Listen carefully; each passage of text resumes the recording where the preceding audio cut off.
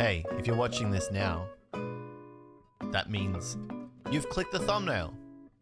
Welcome to the VOD of the live stream. You weren't here for the live. But if you're watching it right now, like right now, like a real one right now, that means you're here for the live. Welcome back to the live. This is real time. I am talking to you. You are watching this. And you are talking to me and typing stuff, and I'm responding to it in real time. That's a live stream. Welcome. What's good, guys? How strange to be back after like 4 weeks. It felt like a very, very long time. Actually, it did. It felt like a really abnormally long amount of time.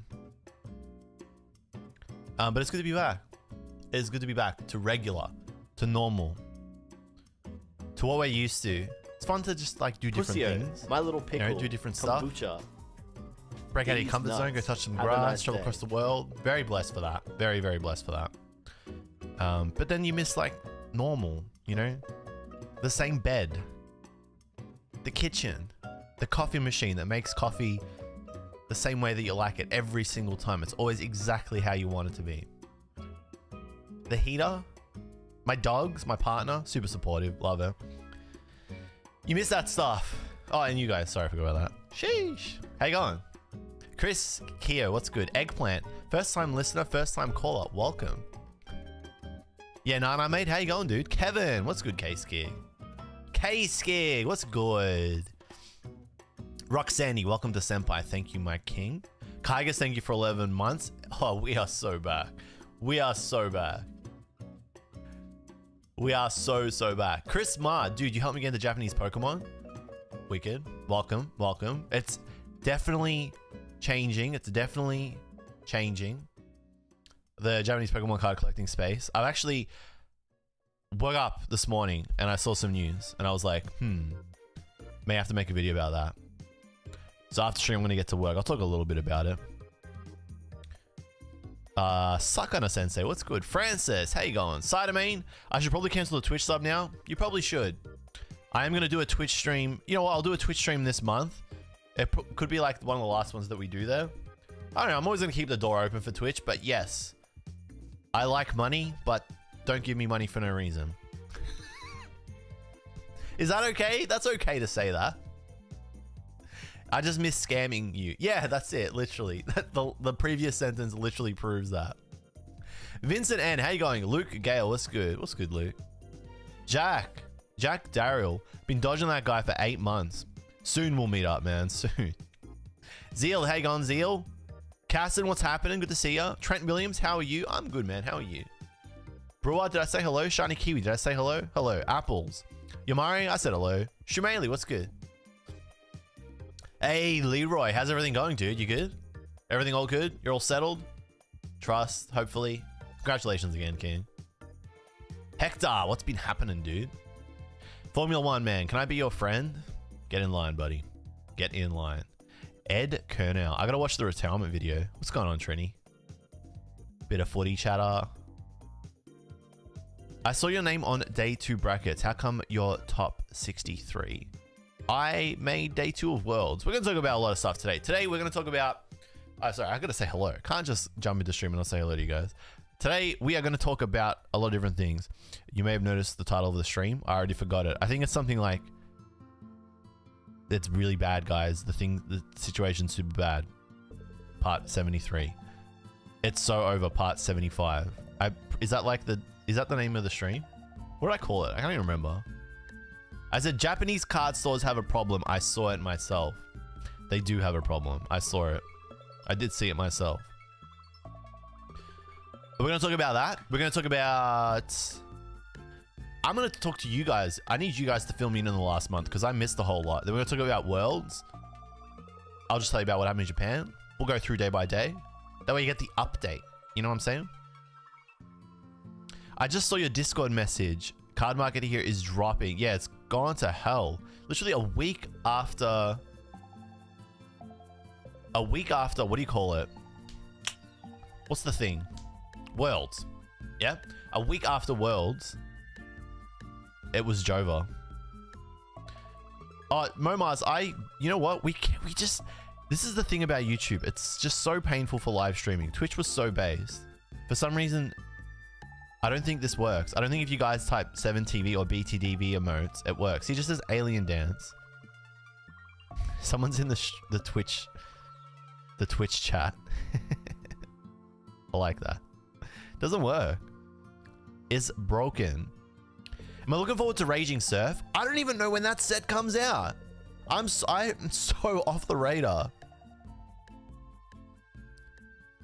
It's because you need to use a third-party plugin. We'll work this out later. What's been going on, guys? What have I missed the last month? What happened all through August? What happened through August? Fill me in. I saw the Blake break stuff happening in, you know, I was getting 17,000 videos a day about Blake's breaks. Whatnot? What? Hang on. Did I kind of talk about that before I left? Yeah, I feel like I did. Did it go anywhere else?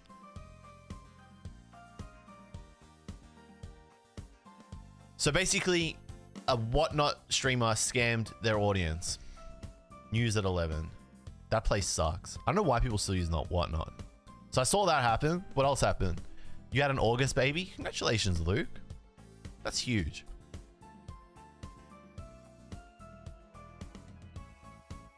I don't know who G-Man is. Guy from Half-Life? I got 2 Erica SI in a single rip and ship and got their chat angry. There was the Korean Moonbryon. I don't know what's going on. I'm out. Hey, happy birthday, Matek.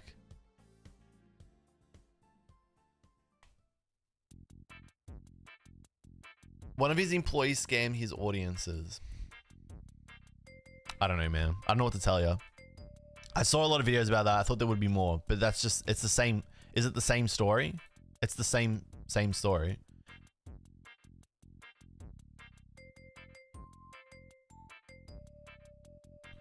What's going on, Pokolotto? I wasn't even flexing. I was just stretching. Let him cook.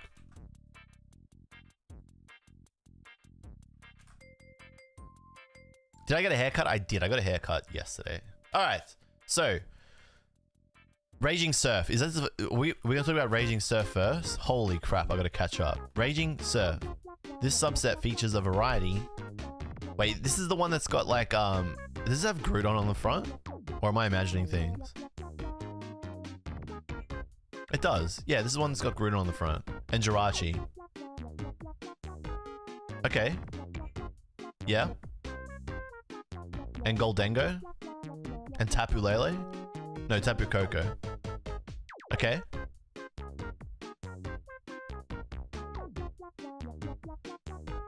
Oh, okay. Made to order. Hang on. Let's one thing at a time. When does this come out? This drops September 22nd. Oh, so there's still like 3 weeks for this. I'm pretty sure this set has insane cards in it for the game. Does this is the set that's got the no, this set does not have the Skeletor GX, does it? Okay, made to order. That has actually completely changed everything. There's a little bit going on there. There's a little bit. Skeletor's is in an EX box. Okay, cool. It's from a deck. Yeah, cool. Is the made to order for Ruler of the Black Flame still on? Or did that close?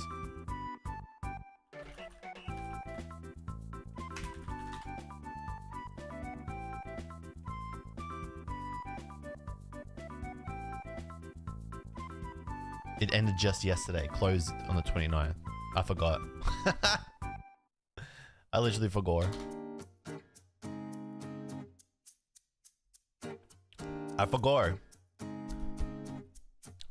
I literally forgot. Alright, let's jump into the stream. Let's get cooking. So, first thing is, obviously I went to Japan and I played at the World Championships, which was sick. So, that was something that you guys knew I was cooking for a while. There was a bit of a journey there. Through June, I put up, there was the video that I put out in February about OCIC, which, by the way, OCIC for 2023, 2024 got cancelled, which is super cringe. That was a really fun event. Kind of sad that we won't be able to get that again this year. But yes, that video went up in Feb. Then in July, I uploaded 2 videos. I uploaded the video about EUIC, which was where I fully choked. And then right before I left, right before Worlds, I uploaded another video qualifying. And it was about how I won the League Cup in Italy. That was the video that's probably the video just sat on the channel all through August because while I was in Japan, I wasn't able to make content. I could have, but it was like, did you really want to see me make like really mid content? Like, I don't have like a full-on editing team the same way that like Nate and like Ando have, where they just upload and like I have guys that help with the channel, Pokolotto and Blendy TV edit for the channel, but it's really difficult for me to like coordinate editing videos while I'm away. Especially when we didn't have like a framework. I didn't want to just put up like, hey guys, I'm in Japan, Pokemon cards, the end. Like, I just didn't want to do that, so we kind of paused that. But yeah, made it to Worlds. Then I put the video up about qualifying. We filmed a lot of that in Japan. So if you had not watched that yet, half of that, I mean, most of that video is filmed in Japan. It's crazy. Someone said your mid content is what got us subscribed. The new content is too flashy, feels unauthentic. Whoa. Messages I am going to forget I read. So half of that video is filmed in Japan, which was really fun because I got to do that with a friend, and we did that around where he lived, in Kamakura. So half of that video is filmed in Kamakura, which is sick. Also, because we were there while Worlds was starting, you got to see a lot of like around Yokohama. I was actually watching a bit of that yesterday. It was really fun to watch that again and just like see the event, see the area, and like be like, yeah, that was the bridge that we crossed every day. That was the Ferris wheel. That was the big blow up Pikachu. So that was really cool. Worlds in that aspect was awesome because, like when you play in Worlds, so playing in Worlds meant that like couldn't really enjoy like the full scale of the event. So, cause you're just sitting you're like 8, 9, 10 hours at the table.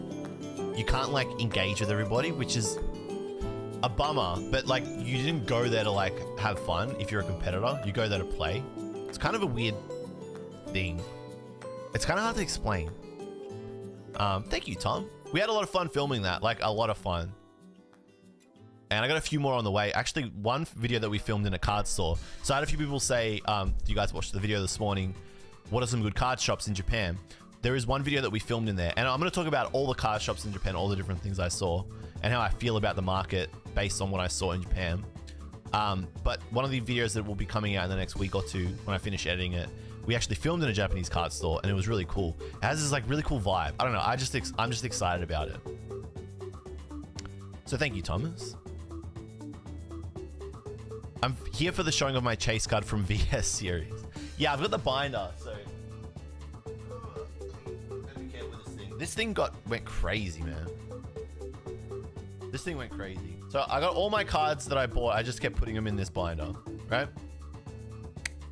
And it was really sick because people are saying sponsored. I'm an ambassador, so I guess it's a bit different. Voltex just, how do you say this without being cringe? So I met the VoltX team at, I'll just tell you the story so we can just avoid the cringe. I met the VoltX team at Card Party. Really nice guys. And they said, we want to help you and support your journey, and we have a way to do that, which is the ambassador program. Literally all it is I use their stuff. I don't even have to. They were just like, you don't even have to say anything. You can just get this code and then just give it to them. You don't even have to do anything. I have like no contractual obligation. It's so based. It's actually so base. I have zero contractual obligation. So I could just be like, oh, here's my VoltX code. How's this for authentic? Yeah. I could just be like, here's my VoltX code. By the way, I'm going to keep using all these other brands. Like I could just do that. They wouldn't care. They're pretty base like that. But I actually like the binder. So I'll just be honest with you. You guys know this. I used to always use Ultimate Guard binders. So this is an Ultimate Guard binder. Yeah.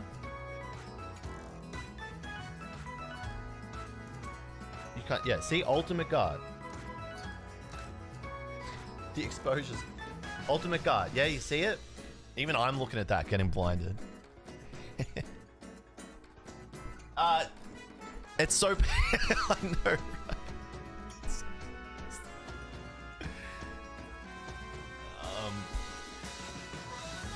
You see it? Ultimate guard, right? I still use them. Obviously, I'm not going to completely change the binder because I'm using Volt X binder. They're really similar, but Volt X offers cool colors, see? And it's just that simple. That's how you get me in. I get purple. I even got this one. Hang on. You guys think this is an ad bit. It's not. This is all on topic. They got this one. This is orange. This is where most binder companies are just dropping the ball. Like, they don't have cool colors. This is... You just simply give me cool colors and then we're done. Is there a discount code we can use? okJLUV10. That's... You keep saying ad. It's not.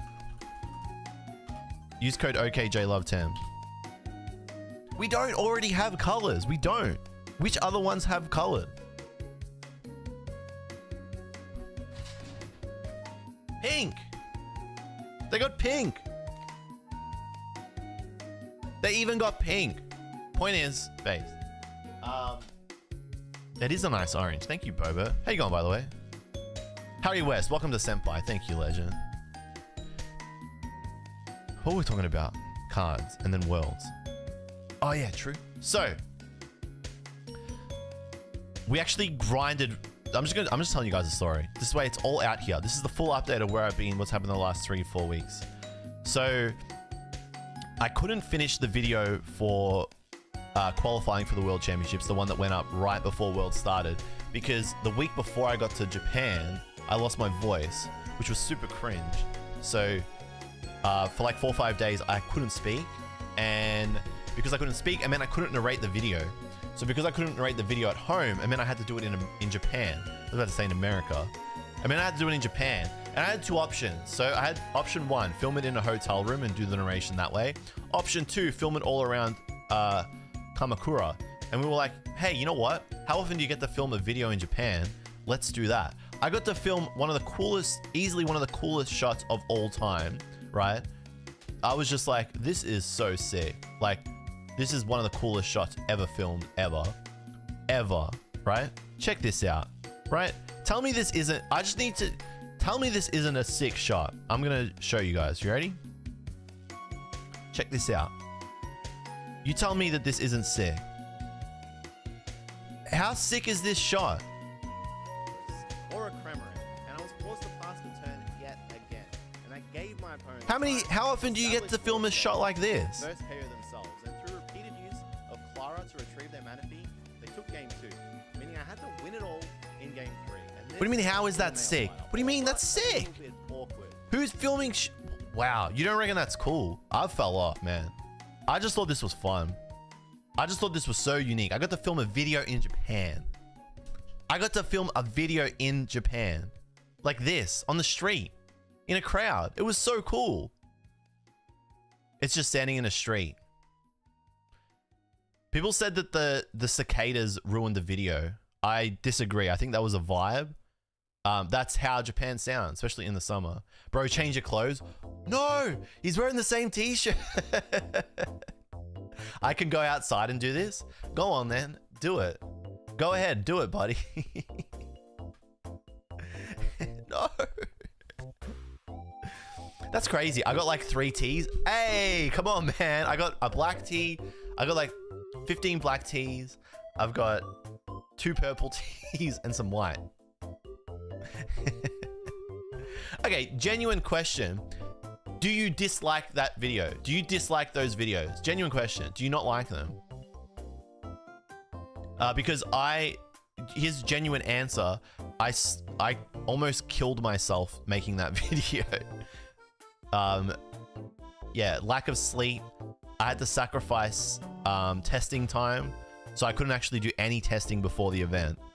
And the guy that filmed that part of the video was also editing and helping on that side. So if it wasn't for him, that wouldn't have happened either. I'm getting so trolled. I'm really enjoying the adventure content. I've been having a lot of fun doing it. Yeah, that video is super nice, isn't it? 36. It's pretty base.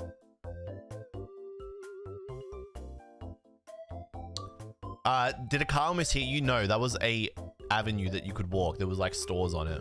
Need to go back and reshoot. I am thinking about going back specifically to card shop in Japan, but I haven't decided yet. I got to work out a time that actually makes sense because there's a few tournaments on.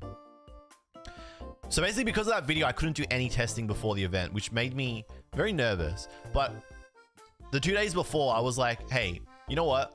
If I'm not ready now, I'll never be ready. So like, I should be ready for anything at this point, seeing as I just qualified for Worlds. So like, you have to be ready at that point, because if you're not, how did you even get there? You know what I mean?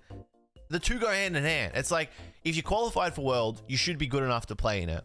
So the extra little bit of practice you get the week before shouldn't really matter. It's like how you can't study for an exam like the day before and cram, because you probably lose, yeah? You probably lose. You don't lose an exam, you fail. You probably fail the exam, right? You can't cram. So it's like, you need to rely on all the things you learned in the year or the semester, yeah? This is school 101. Pokemon cards are the same. Provided you know how to play and you know the matchups and you did the work before, you won't fail the tournament. So we went into day one and it was pretty crazy. 8 rounds, very long day, but I was like in another zone. It's kind of hard to explain. I was just in another zone. I was thinking about nothing but playing Pokemon, and I made it through day 1, which meant I got to play in the second part of the tournament, which is like the real thing, like the real thing. That's where you have the chance then, provided you do well in day 2, to make it into top 8, finish top 8, work your way to the final, become the world champion. Unfortunately, after round 5, I lost. I was at I think I was at 2 losses and a tie after round 5. And because of that, I wasn't able to make top 8, 16, or top 32. So the run kind of ended, but we still kept playing, obviously. And I think I won like 3 of the last 4, which meant I got to finish top 64. So overall, finished top 64 at Worlds with a 63rd placement. First Worlds, first day 2. That was my goal for this. I mean, after NAIC, my goal for anything was just the day 2 an event. After that, whatever happened was a bonus.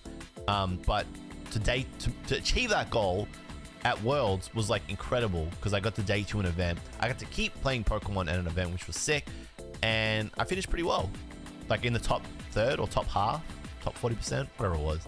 Look, honestly, the ranking and the placement doesn't totally matter after, like, unless you win or like you finish like top 16, if you want to be serious. So I'll talk a little bit about that.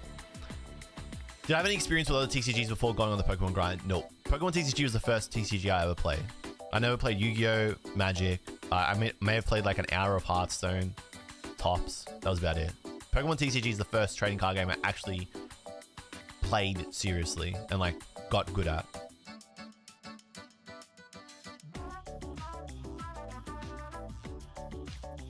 No sleep allowed, only playing. There was a severe lack of sleep. Yeah, if you come 65th, it does feel bad though.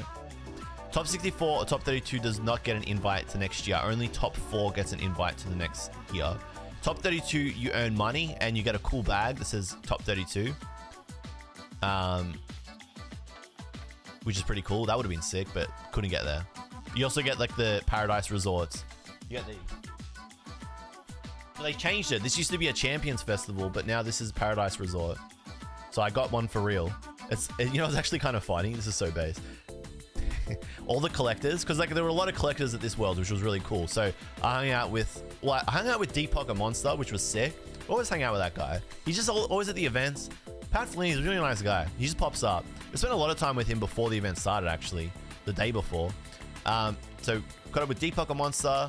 He was filming a vid. I'll pop up in that. I'll be like, what's good? And who else was there? I didn't get to see Leonhardt. No, I fist bumped Leonhardt for like 1 second, but I was too busy for him. I egoed Leonhardt. I was like, hey man, I'll talk to you later. See ya, bye. I saw Real Breaking Nate for a bit, Danny and Marie. I hung out with Unlisted Leaf a lot. So I don't think I've really spoken about this. So Unlisted Leaf and I, we've been hanging out a lot. Unlisted Leaf, interesting guy. Very misunderstood person. I know people are still like, StockX, scammer. Listen, I met the dude. Let me just say, big misunderstanding. That sounds like I'm just sweeping the whole thing under the rug. Unlistenedly funny guy. But I hung out with him a lot on day 3, which was funny. Listen, just trust me, dude. I think only one dude keeps saying StockX and we all know who he is. Yeah, but the thing is, it just like hangs around. It's like a thing that you can't like wash off. I don't think anyone cares about the StockX shit anymore. It's me. It's just like, I won't let you guys forget. Guys, remember when he did that thing? Don't worry about it. Don't worry. Wait, Twice Baked Jake was at Worlds? What? I didn't even know that. And I was there. I didn't even know he was at Worlds. That's crazy. That is so crazy. We saw Poker Chloe and Poker Dean. You see the same creators at the events, which is cool. But yeah, a lot of them had to buy these. What was I saying? He was hiding? A lot of them had to buy these. And I was just like, I got mine for free. They gave it to me. They gave me a lot of stuff. I got this. This is the world's backpack, right? You get this as a competitor. Sell me yours? No. There's a lot of stuff in there. There's a hat. I don't think I'll ever wear this hat. What do you mean Jake wasn't having fun? I was having a great time. A glasses cleaner. They got a lot of stuff. Sell me the hat. I'm not selling you the stuff. You know how hard I know. Momas, thank you. Jesus Christ. I sacrificed. You have any idea how much I sacrificed?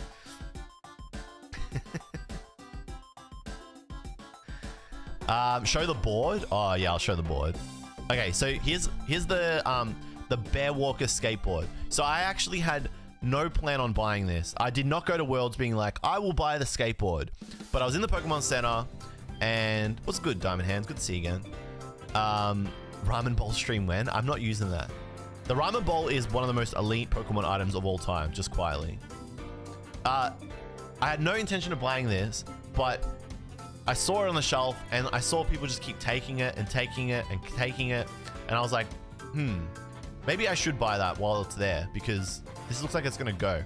And it was limited to 500 as well, which is crazy. So I ended up buying it.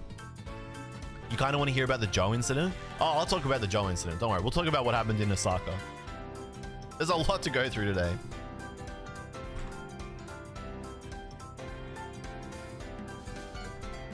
I also got this cool hat.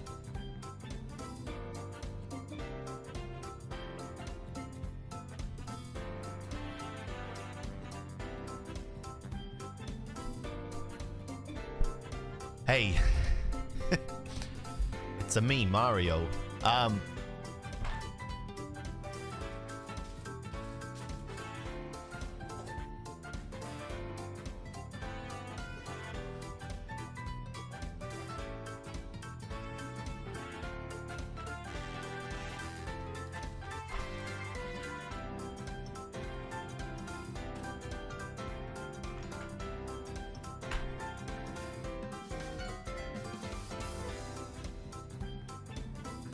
So this is the skateboard, right?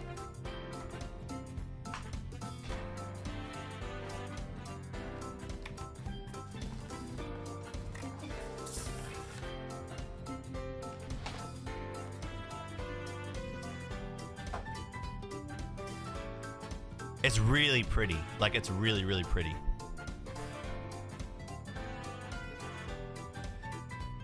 This is so nice. It's actually like, I think I would have regretted it if I didn't get it.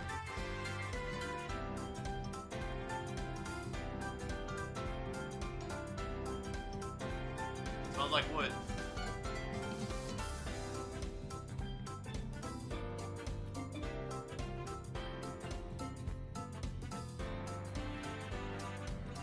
Pretty sick, eh? Pretty awesome. But I don't know what to do with it.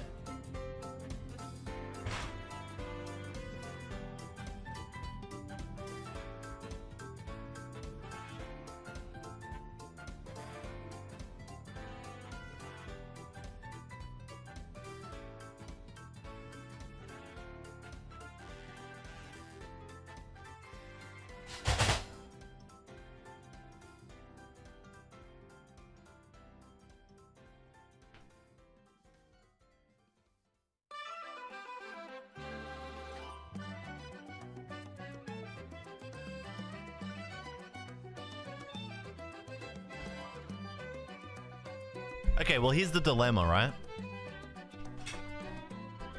Because it was 50,000 yen to buy that, right? At the Pokemon Center. So I paid 50,000 yen. But now it's like stonks. And this is the problem we keep encountering with like collectibles.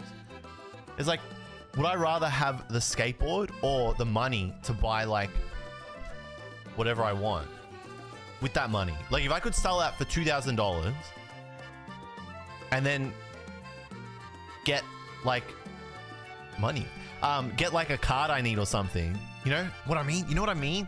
But you're also never getting it back. That's the thing, is that like once you sell it, like you're never getting it back. You won't get it back. But no, but this is the thing, like you won't get it back. Yeah, it was 50,000 yen, which if you convert, it's like 500 Australian or what, like 350, 400 USD, right? But like once you sell it, you'll never get it back. And it's so unique. It's such a unique item. Like it's the world's bear walker. It's not like the money in my bank account would make me happy. It's like getting a Chase or Grail card would make me happy. You know what I mean? If you really want to sell it, by the way, what's good, Robsy? If you really want to sell it, wait a week and see if you still feel that way. Yeah, but like, I've been thinking about that ever since I bought it. So it's been like 3 weeks.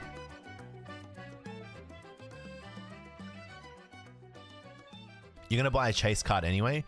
Jay Quasar is spitting facts. He's spitting. There's a bunch of other stuff I got from the Pokemon Center. You guys would have seen it in the video. Did you guys watch the video this morning? Oh, he's baiting you to watch his content. Crazy, isn't it? In that video, I did go through a bunch of the things I picked up.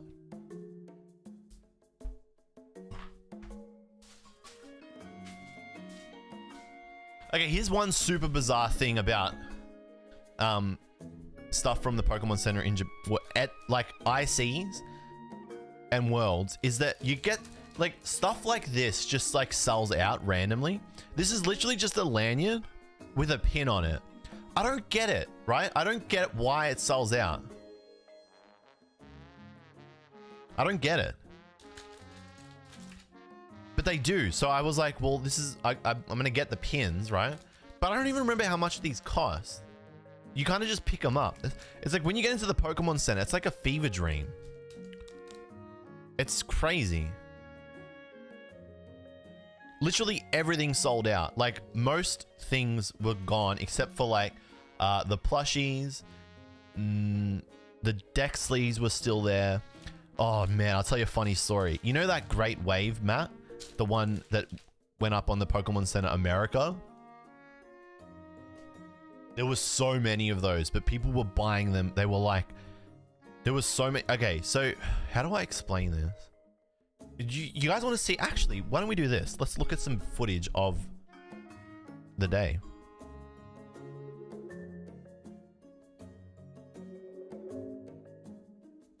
Let's just do that. I'll show you firsthand what the Pokemon Center looked like with people scalping the playmats.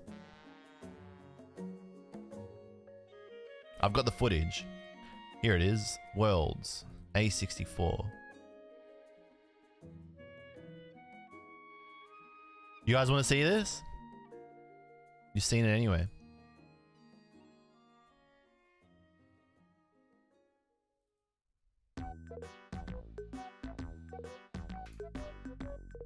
Alright, so this was the Pokemon Center, right?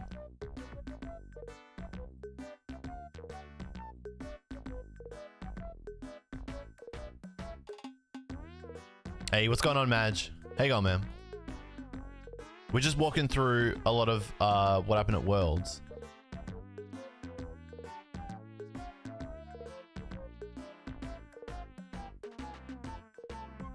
Alright. So this is what the Pokemon Center looked like. This was maybe this was like the third quarter of it. This was 3 quarters through. Actually, funny story about this. So, oh, I hate how it does this. It was really big. See this guy in the shark? Is that a shark thing? The point is, this guy here, they were actually filming it's this guy here. They were actually filming a video for the official Pokemon channel while I was in there, which was so funny. So these people just like running around making content. Okay, so that's this cool sign. That was pretty cool. There you go. This is just before like the massive display of plushies. Yeah, the thumbnail on that video is crazy. It's actually pretty good, pretty based thumbnail.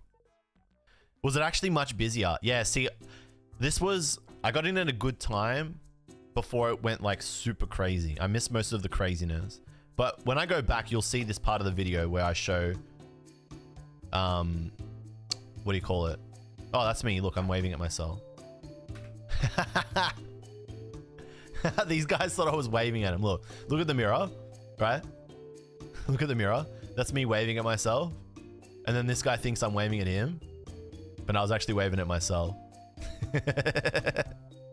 Got him. All right. Why am I still here? Okay, so this is going back towards where all the Pokemon Center America stuff was. Because you gotta remember, there's two types of playmats, right? There's like the stuff that you get from Pokemon Centers at ICs, which usually comes... It's like kind of wrapped in a thing like this, right? So this is like a play Pokemon mat. These are, in terms of like mat rarity, these are rarer. I'm not pumping them, they are. I mean, this one's super rare because it's the competitor mat. But like this is also it's like an exclusive mat that you can only get at Play Pokemon events. See, Play Pokemon. You get this from EUIC or NAIC, okay?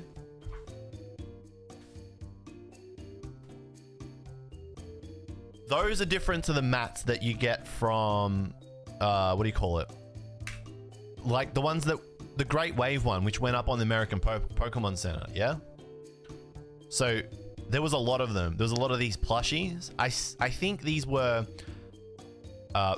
American Pokemon Center plushies, okay? These are different. These are ones that you can probably buy from the Pokemon Center yourself right now. Those people have Bear Walkers, so they are now Oilers. Congratulations to the very rich couple. Here they are. Look at them. Congratulations to the rich couple with the skateboards. You are now $8,000 richer. Congratulations. Also, the lanterns here was really, really cool. See, those are the guys. See, I can't remember her name. It's Anna. Oh, is it Anna? I think it's Anna. I can't remember. They were filming the video for the Pokemon channel. Yeah, I think I got a bit of them. Yeah, I was like, I'm going to film a bit of this. This looks quirky. Anna Prosser, there you go. This is so random. Why do I have footage of this?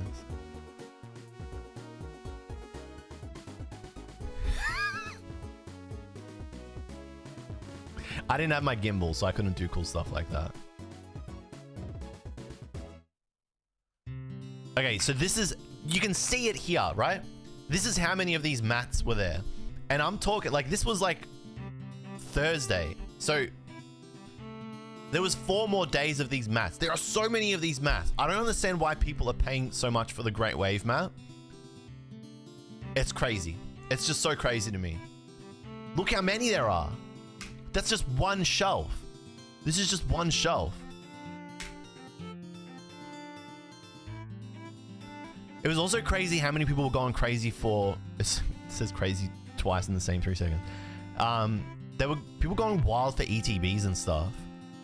It ran out when you went in. When did you go in, P4C? By the way, good to see you, man. It was nice to meet you at Worlds. I met P4C at Worlds, which was cool.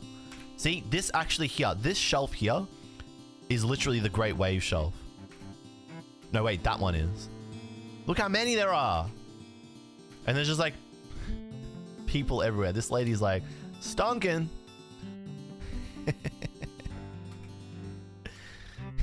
There's your Great Wave shelf. Your Great Wave mats.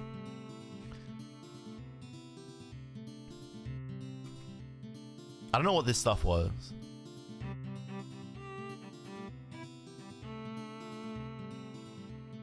She got caught in 4K scalping.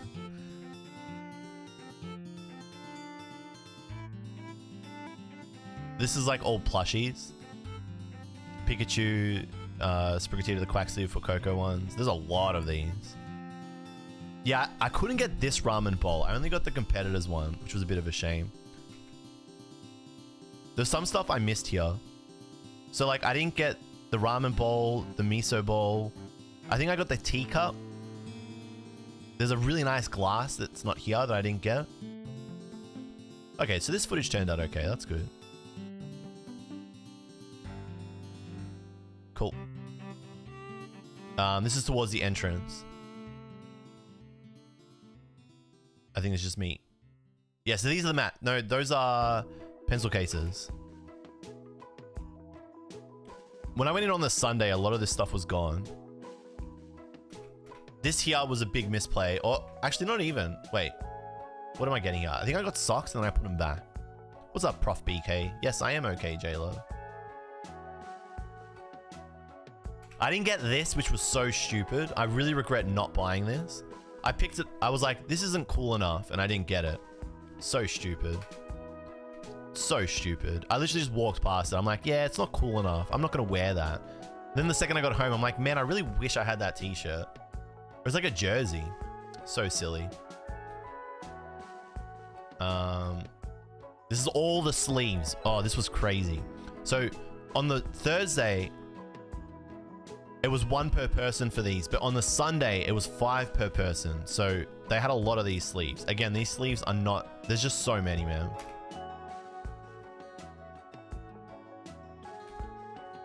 It's all the plush. More plush.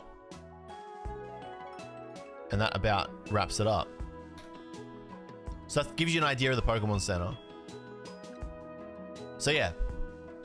Like I said in that video, the dice are probably one of the rarest things because they sold out very quickly. Like they weren't available on the last Sunday. The last day that you could go into the Pokemon Center. So what I was saying a bit before was because I was competing that it was really hard to like do the world stuff. So I had to do a lot of the world stuff before the event, which is what I did on like the Wednesday and the Thursday. Thursday, I ran into Pat. We filmed a little bit for his video, which would probably be sick. And then day 1, day 2 was just competing. There was literally nothing. I could not process anything except competing. So if you were at Worlds and I didn't say hello, I was not being rude. It was like not an ego thing. It wasn't like I don't have time for you. It was just like I came here to compete in the tournament and I had nothing. I had to do nothing but that until it was over. And so there were some people I didn't get to meet. Some people I only met for a very short period. Like Necro, for example, who has been a day 1 subscriber, been around the channel for so long. I just hugged him during day 2, ran to the toilet because my round had just ended, and then went back in to keep playing. So that was annoying. For me, I felt sad that I didn't get to hang out more with Necro because I've seen him for like 30 seconds at Worlds. It was crazy. Joe, Blendy, and ZD Tan, they were at Worlds too, and Jordan, Preble, Docs. And again, like I only got to see them for a little bit during the event. So that sucked. Day 3 was cool. We had the closing ceremony. I've got footage of that. You guys want to see the closing ceremony footage? Or do you want to wait for the Worlds video? After Worlds was done, it was literally just card shopping. So that's where I started to go real ham. Actually, I don't even think I filmed the closing ceremony. I just watched it. Yeah, a lot of the opening ceremony and the closing ceremony, I was just like, vibe check. Like, we're not gonna just film everything. We're just gonna enjoy this. Cause I'm a bit of a, even though like I do the YouTube thing, like I like to just enjoy live in the moment. I hate when I'm watching something and like there's like a camera right in front of me. You know what I mean? Like you got a view of the screen and then there's just the guy in front of you just like doing that. And like all you can see above you is just like this. And you're just like, awesome, man. Thank you, dude. I'm so glad I traveled halfway across the road to see the back of your, or to see your phone, right? So I kind of just like vibed and enjoyed that.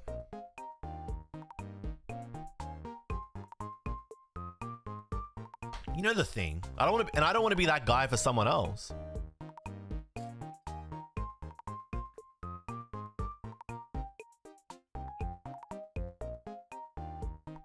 Is Australia getting a Disneyland? What? News to me.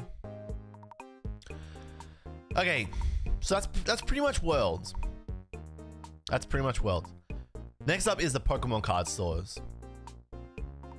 This is literally everything I bumped into Pokemon card shopping, and I did a lot of shopping. So we're gonna talk about everything I saw, how I feel about the market after everything I saw. Paradox Rift.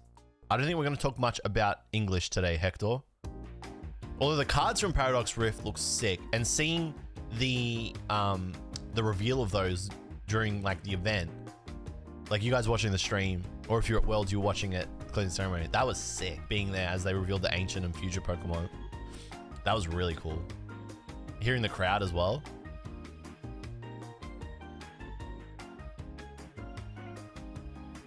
And the A-Spec stuff, yeah, that was fun.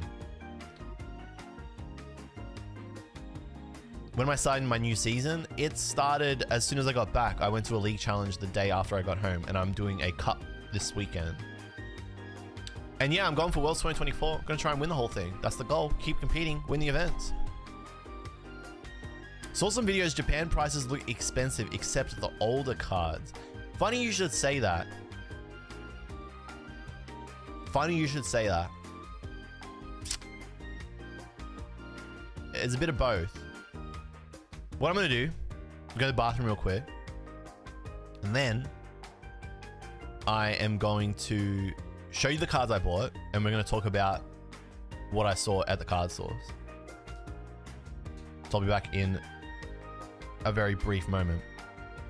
And seeing as you guys love this shot, I'm gonna play it and force you to enjoy this shot.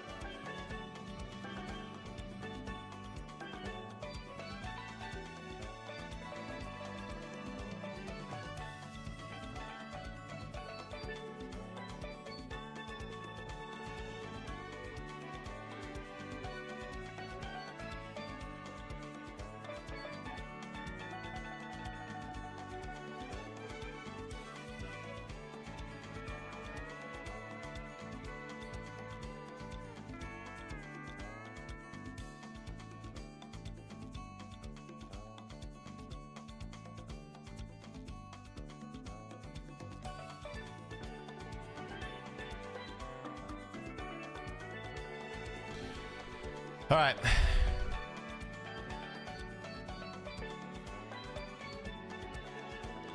Time for some good old-fashioned prices, chat. You ready?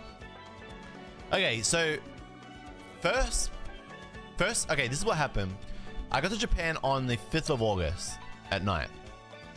And what did we do? We just like caught up. I caught up with Lol Viet, which was sick, and hung out with Revel as well. And we got dinner. Got an early night, woke up, hit Akihabara first thing in the morning. And the mission there was to sell cards. So my plan was to get to Japan before everybody else who was getting there for Worlds did. Most Pokemon players eco their trips to tournaments. So by that I mean they get in at the absolute like last, the least, like the last possible day you could get where before it gets like super uncomfortable. So they spend the least amount of time there. They spend the least amount on accommodation. They save the most amount of money. They get there for the event. They have their holiday after. For me, my mentality was I could do that, but also everybody's going to get to Japan at about the same time and they're all going to do the same thing, which is sell their cards. So I got to Japan before most of those people did on the Saturday, and I did all my selling on the Sunday before most people got there for the event, which ended up being really smart because Sunday and Monday were kind of like the last decent-ish days you could do it. Wednesday was like the absolute last day. This is like Wednesday before the event. The event was Friday. After the event, it got really difficult to sell cards. Or not really difficult, it was just as difficult, but you had more people, it took longer, the prices you were getting offered were worse. So to sell cards in Japan, you need to have a residential address, unless you get super lucky and the store doesn't really care. But there's a few things there. This is why after the stream, I'm actually going to film a video and talk about a lot of things that have changed in Japan with Japanese stores. But one of the main ones is to sell your cards there, you need to have a residential address. So you can't do it as a foreigner, like I said, unless you get super, super lucky at a very particular store. When you go to sell your cards, they limit it. Well, at least Card Rush did. So Card Rush, when you went to sell them, were like, we're only going to take 10 cards and appraise them as a limit. 10 cards. Unless it's from these sets. And it was like the latest Weiss Schwartz set, the latest Pokemon card set, which was Rule of the Black Flame, like the latest Magic set, whatever. They were like, unless it's this set, it's a 10 card limit. So anything older than those sets couldn't do it. So you have to choose your 10 wisely, which I did. I sold primarily like Marnies from Shiny Star V, and the price I got offered was 40,000 yen, 45,000 yen. So that was decent because I paid maybe like 150 to 200 for those cards tops, and I sold them for 40,000, 45,000. So double the money. I wanted the money because I wanted to buy other cards, which I ended up doing. You saw a lot of those cards from the video. I'm going to show you some of the other ones. You could have graded and sold for 600 on eBay. Okay, could have done a lot of things. But when you're in Japan and you want to use the money to buy the cards that are in Japan, and you don't want to wait for PSA to grade your cards, and you don't want to pay the shipping, and you live in Australia, because not everybody lives in America, Beanie. America isn't the only country in the world. In fact, the world is a big, big place with multiple other countries all around it, like Italy and France and the United Kingdom and Australia. There's actually more countries in this world than America. And so when you have to send cards to America, it costs money, and it also takes time. And a lot of the time and money sometimes isn't worth it. So not everybody can just send cards to PSA and get them back within 2 weeks. Some people takes a little bit longer. eBay also takes 10 to 15% of the sale. So what's 10 to 15% of a $600 sale, Beanie? Are you smart enough to come up with this comment? You're smart enough to do the math on that. Surely, right? $60. So now we're down to $540. Oh, wow. And also, the factoring the cost of grading the card and the upcharge on getting it graded. Shut up. Yeah, I'm beating up on him because he just thinks he's like a pseudo-intellectual. He thinks he's so smart. He just lives in a little room. He's actually the definition of a basement dweller. Little tiny beanie. Flick him. Some of the other cards I sold were the lady from Sun and Moon, which was like a pull from Thunderclap Spark. Like I just thunderclapped fucking Beanie's cheeks, and they sold that. They offered me 100,000 yen for that. That was a card I pulled. 100,000 yen. That was like 1,100 Australian dollars, like straight up. And it wasn't even graded, based. Card Rush have to make money off it. Yeah, okay, so the thing is, you're getting convenience, right? For me, time is money, right? It's super cliche, but time is money. I don't have time to wait for PSA. I don't have time to send my cards off and grade them and do all that baggage. Time is money. I fly to Japan, sell them.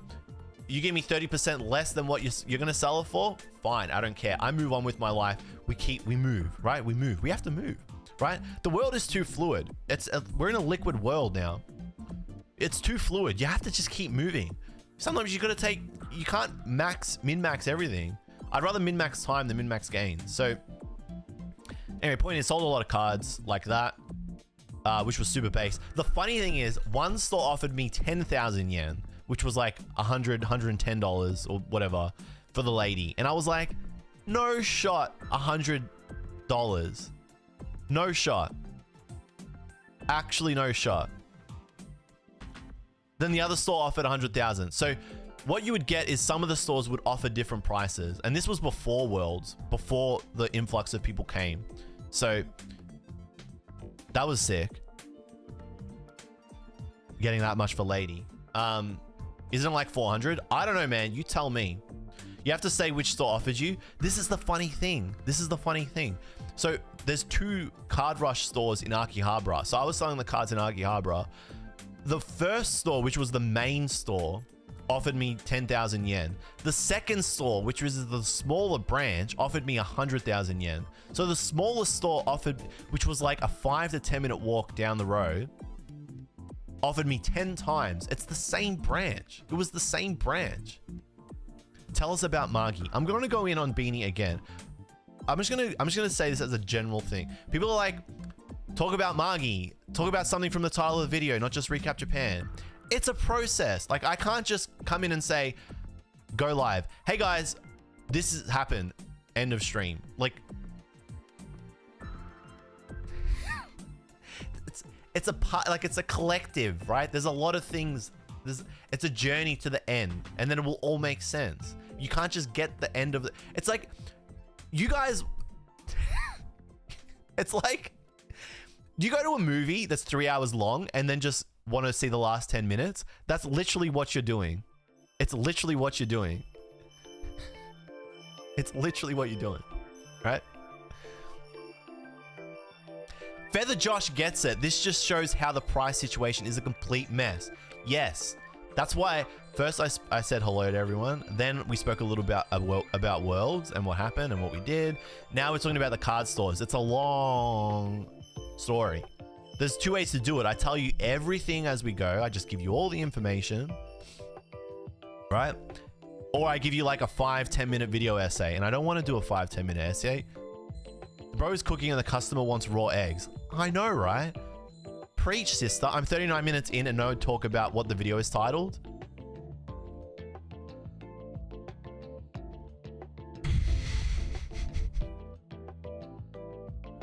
Literally straight to sex. No foreplay, straight to sex.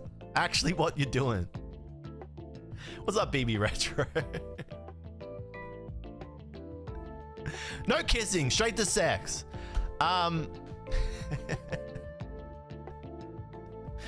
Okay. That is funny, man. Talk about Oppenheimer. I haven't seen it.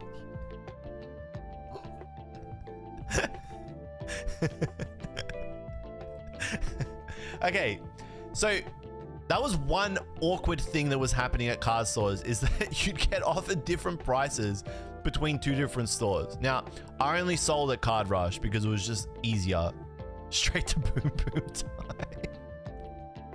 It was just easier, right? They were generally offering 60 to 70% less than market value. Lady is an example of a card from Sun and Moon that is super mid. I think I got it here. Oh, hang on. I better not. Hang on, guys. I better not go and get a worked example because we want to go straight to boom boom. So if he's going to look for his binder for 2 seconds to articulate the point, he's cancelled.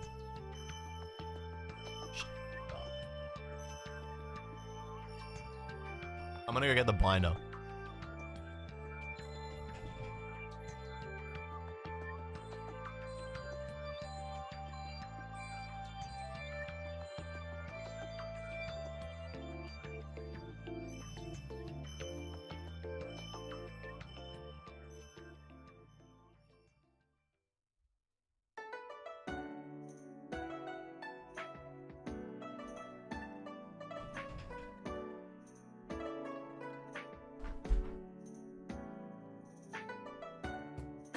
I just walked past my girlfriend.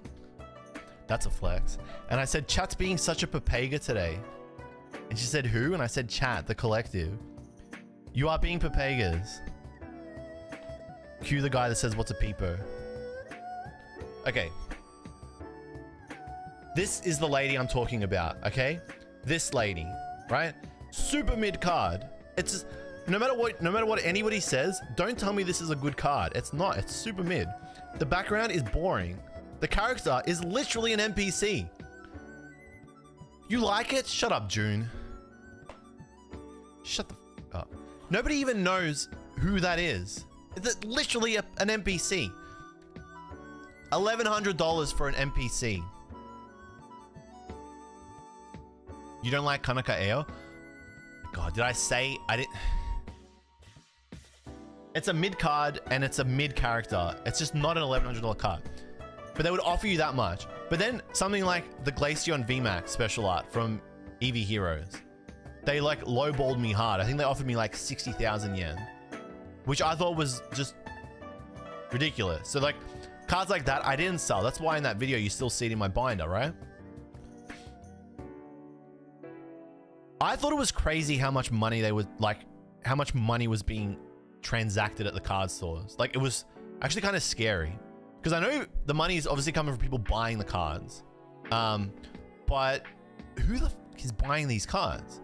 Because the prices in Tokyo, especially at Card Rush, were like cuckoo crazy. Way more than what I would pay. Like you were seeing stuff like if we pop open the Card Rush website, you'll see the same prices, if not more, in the cabinets there. I could not stomach it. Like I collect modern, and I said this a little bit in the video. I collect modern, but I just could not buy modern in Japan. I couldn't do it. I bought one card. It was the Dendra. I got really close to buying the Miriam special illustration rare, but that was towards the end of the trip in Osaka, and I'll talk a little bit about that later. But I just couldn't stomach it when vintage was so cheap, which was crazy. And people are being, I'm getting clowned a little bit on because it's like, oh, now JLUV likes vintage all of a sudden. No, I would love to, like, if I could go to a store here in Australia and buy vintage off the shelf, I would, but you can't. And when you try to buy vintage off eBay, one or two things happens. One, it's either extremely expensive, right? Because it's in good condition and there's so few in good condition. So the seller's like, I know what I've got. Super, super expensive. Or it's completely mega scuffed and it's a total like lottery whether you're going to get it in any good condition. So for me, it was logical in Japan to just buy vintage there where I could inspect the card and look at it for myself and make a decision, which is what I did. I thought that was a smarter play as a collector and a pseudo investor. It just made more sense. And a few of the other collectors that were in Japan at the same time from Oz as well did the same thing. So modern just simply wasn't the play. What was crazy though was the prices they were paying for it at the stores.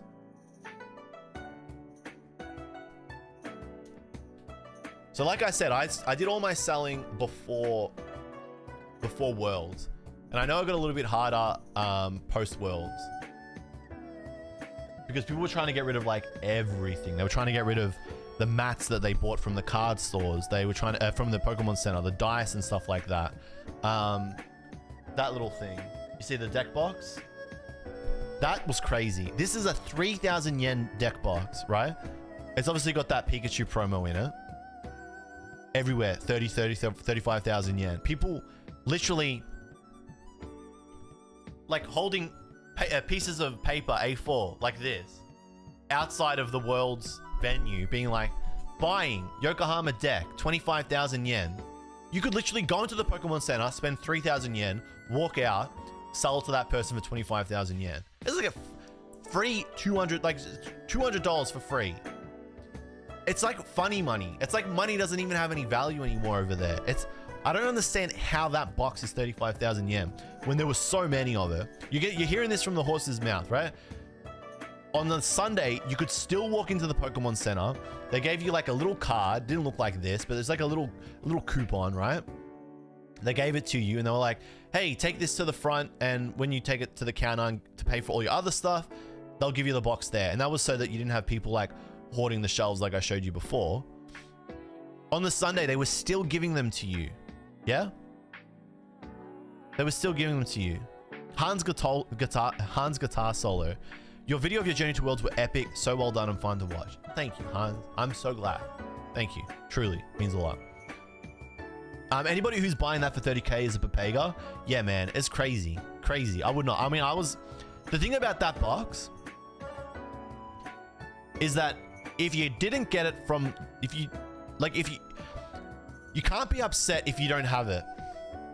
If you went to Japan, like, okay, you know, let me cook, okay? Let me cook. If you're upset at the price, but you didn't go to Japan, you weren't a competitor, you can't be upset about it. Because that is literally for the people that went to the event. Like, it's meant to be mega exclusive. Let me cook. I'm still cooking, right? I haven't finished. We just marinated. The thing is, right? The price is crazy, not because it's limited to people who are able to go into the Pokemon Center and buy it. It's crazy because there are so many of them.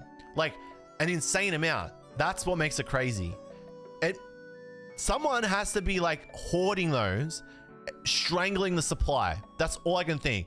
There ain't no way someone is spending 30,000 yen on that.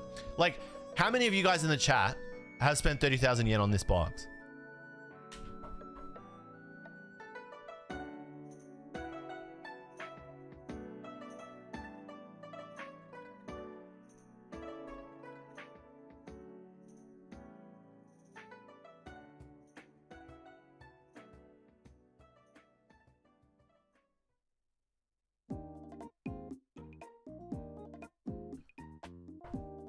You spent 180. There's so few people bought it. This is probably one of the most price manipulated things of the year. Easily one of the most price manipulated products of the year. Far and away. Because there are so many of them. It's cheaper than a plane ticket.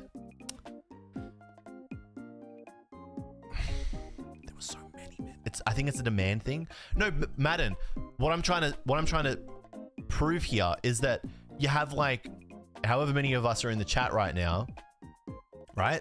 And only like 3 people from this, I know this is a small sample size, but only like 3 people from the chat have actually said, yeah, I bought it. And this is supposed to be like a concentrated group of Japanese Pokemon card collectors. And I'm seeing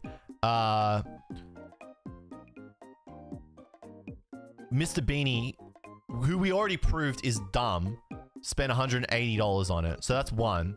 That doesn't count because they're scientifically stupid. Nintendo Box, I paid $200 on an 8.5 to crack. You're joking. So that's a troll. And Rubber Yen, who says, me, I'm the cuck.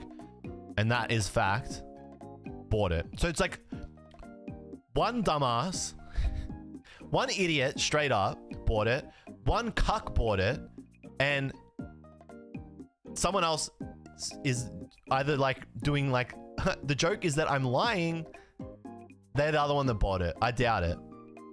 I doubt it. Nintendo Box isn't joking. So two idiots and one cuck bought it. Yeah? Out of like 186 people right now.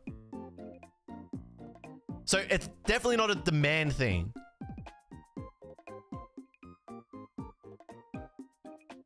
Ashley bought it for 220 pounds. Ashley. I don't know you, so I can't call you a dumbass or a cuck. I'm just going to say, Ashley, I'm ashamed of you. Oh, that came out really bad.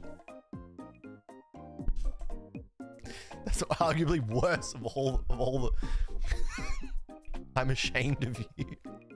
I meant to say disappointed, but then I hit you with the I'm ashamed. Sorry, Ashley. Worse out of all 3.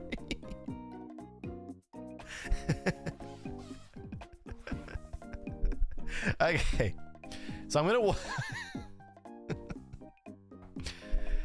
no, I mean, T-Roy, I don't care. I'm not judging. The only people I'm judging are the 2 idiots and the cuck. Right? But what I'm saying is it really a demand thing if not many people bought it? Like, who is buying these? Who are the people that are validating the sales? I don't think they're real. I don't think it's real.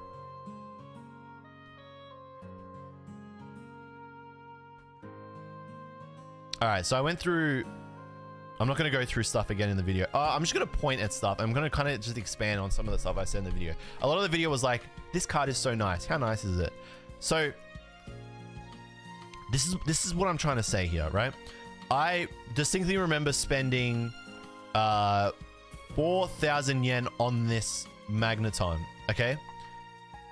I just want to make this clear. I'm not doing an SM Pratt where I'm saying like vintage is the best and vintage. No. Okay. I'm using this to just, we're just talking. This is just the chatting, right? I'm not saying that.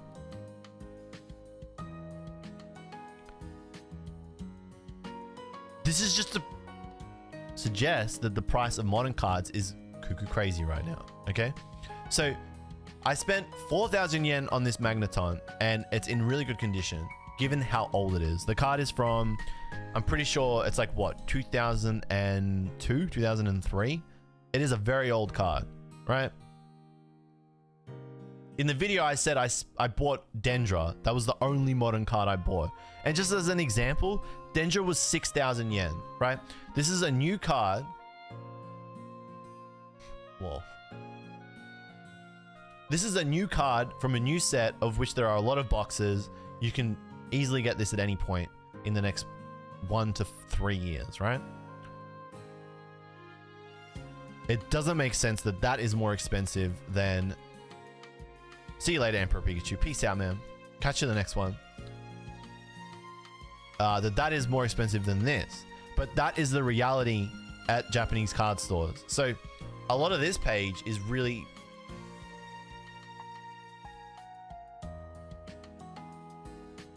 A lot of this page, I don't think I spent more than... The most expensive card I spent was this. I think I spent 10,000 yen for that. It's a legendary. It's a holo. It's an e-reader. Makes sense, right? Everything else... Oh, this was 9,000 yen. This was the era... This was the era Typhlosion. Everything else was less than 10,000 yen. What does it all mean, Japanese card boy? I'm just... This channel has never said go one way or the other. I don't think it's ever said go one way or the other. It's always said, here's just the fact. Here's what I'm presenting. This is just what I'm presenting. You guys can make your own deductions from there.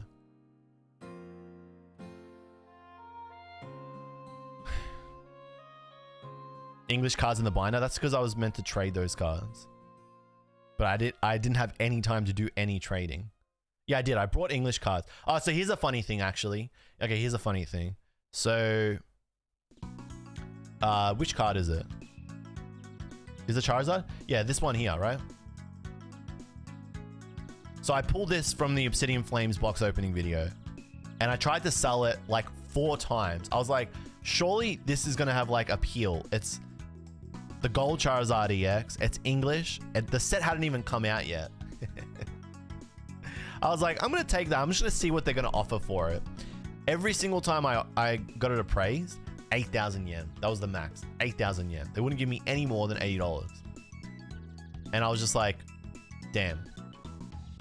I guess I'm not selling it then. So that's why it's still here. Gold Charizard is ugly. I think Gold Charizard is kind of cute. I was just a collector-con and picked up a whole haul of Grail Japanese waifus for a steal. Hexmaniac, Skylar, Olivia, what's your opinion on the waifu crash? We can get into that. Should have taken it. It's like a $40 card now. Rip. I got greedy, Millhouse. No, Martin. You got greedy, Martin. That's the quote. All right, I'm just trying to refresh my memory. You guys saw this page in the video. These were all 300 yen, which was crazy. Except for that. Spoiler alert. So Tokyo was super expensive, right? All the modern in Tokyo, extremely expensive. And I did not spend any money on modern except for that Dendra. Osaka was base. So I thought about this. It's like, am I leaking the source? And I think the answer is not really. Because this is kind of logic that applies, this applied to collectibles in general anyway. Like, video game collectors have known for a long time that everything is much, much cheaper in Osaka. So Osaka is where the deals are at. For sure. There was one other city I shopped in, which was Himeji, when I went to Himeji Castle. And that was pretty base too. Akihabara was proven to be more expensive because they knew it was a tourist attraction. So in general, everything is more expensive in Tokyo because that's where most people go when they go to Japan. They don't really leave Tokyo, right?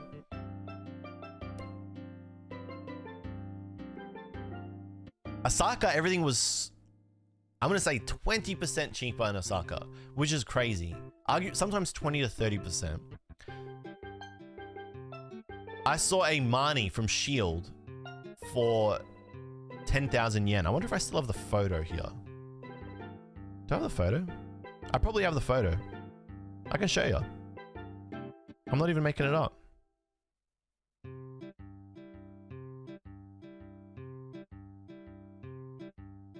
Do do do do do do do do do do do do do do do do do do.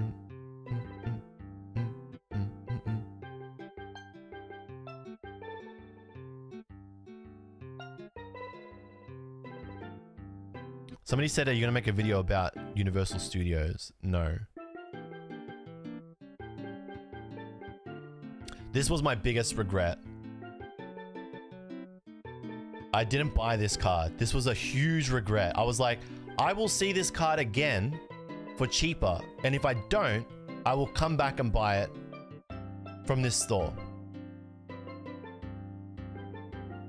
And when I came back an hour later, it was gone.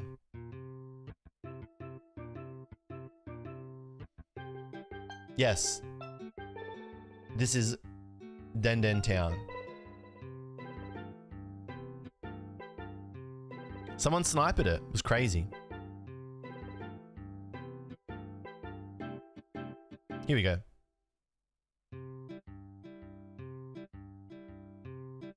If you look at the side, right? It obviously says 23,800 yen, which was the price that they had on the original sticker. That would have been at its absolute peak, right? 99,990 yen. This is a lot cheaper than what it normally is. I chose not to buy this. I had the option. It was in good condition. It was fine. It does say special price on it. But even if it was slightly damaged, that's crazy. That is a crazy price, right? And that was sitting on the shelf, which means that no one's buying these. Why didn't someone buy that? Why did I not buy that? Right? Why did I not buy that? Answer? Trepidation. We're all scared. Damn, Platinum Overwatch took my point. It's a buyer's market. But even then, it's still not truly a buyer's market. I think a lot of buyers are just sitting and waiting now, because it hasn't even bottomed out. So a lot of people are saying, what do you think of the waifu crash? It's not a waifu crash, it's an everything crash. Everything has dropped. There's a graph here. I should pull it up. I'm gonna chuck it in the video when I put it up. If I put this video up in the next day or two, right? The fact that everything is significantly cheaper in Osaka and it still wasn't selling, to me, made me very nervous to buy anything modern in Japan.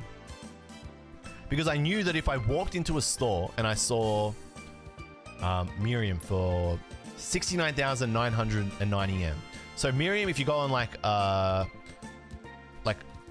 let's use Card Rush as an example, just because it's the easiest, right? I don't believe Miriam has come down in price on the internet. On the general let's say on the general internet, right?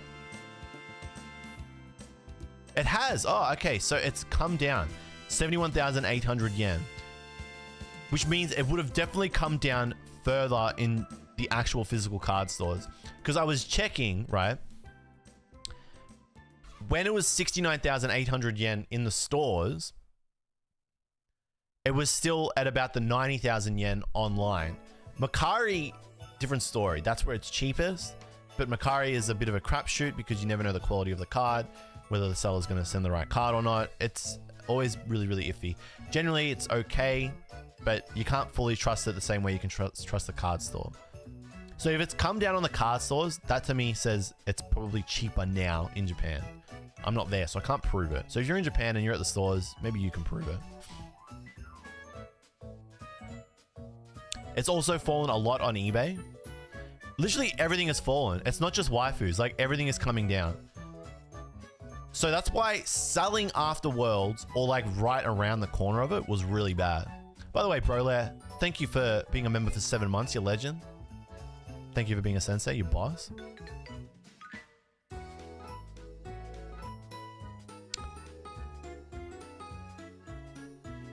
I think the card stores bought too much. Like, they shouldn't have bought the cards from me that they did.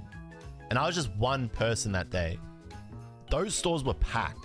You would take, when I say like 10 card per person, it was like, yeah, you took 10 cards and then you had to wait like 3 hours for them to appraise them.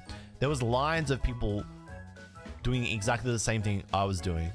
Revel took pretty sure like 6 booster boxes of Shield. And I think he sold all 6 of them for 60,000 yen each or something crazy. Probably more. It was just happening all day. There was just thousands and thousands of dollars just moving hands at those stores. But I don't know who the hell was buying the modern cards. Because anybody with any sense or feel for the market would have said the current modern prices from a week and a bit ago were too damn high. Then they would have seen the prices coming down in Tokyo and been like, now it's even cheaper. Well, that's spooky. Why did it get cheaper all over a week? What's changed? Then another week passes and it gets even cheaper. It's definitely not a seller's market. Very bad time to sell. And as a buyer, it's well and truly a buyer's market now. But as a buyer myself, I'm still holding on these prices. This is a modern discrimination. I have a big modern collection. But I've always said, and you can go back to videos from 2020, 2021, while I am a collector investor, I collect what I like, and the value of the collection going up is a byproduct of that. I have certain cards that I've bought more of, like the Celebi Special Art, that I think will go up in value down the line. But when it goes down in value, I don't care. It's time in the market, not timing the market. Would you say it's stabilizing after everyone got in FOMO? I think I think it's definitely stabilizing after the really weird influx of people that came in this year. And like late last year. Late last year and this year was way too late. Like it was always a bad time to get into it. With modern.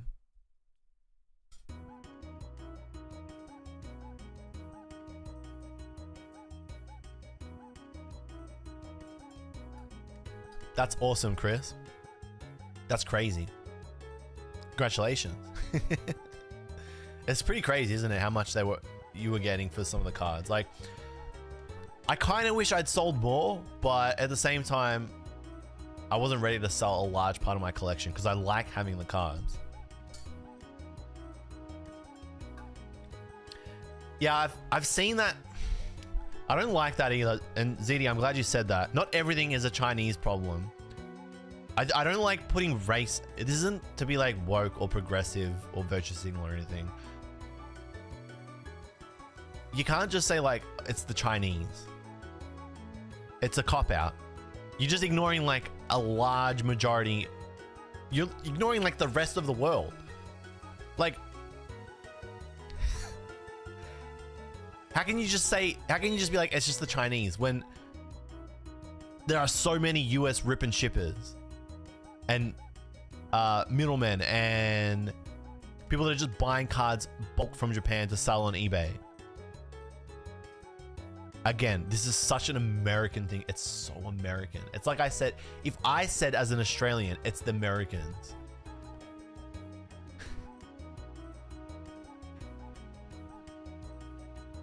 That's crazy.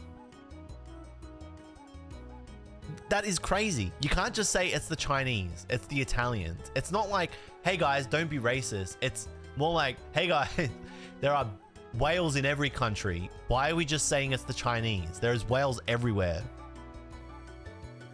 Pokemon Steven is one of the biggest Australian card resellers. Buys singles, grades them, sells them on eBay. It's the Australians. It's all Pokemon Steven's fault. And he has a YouTube channel too. I hate that guy. Come on guys. Think rationally. Don't just say it's the Chinese.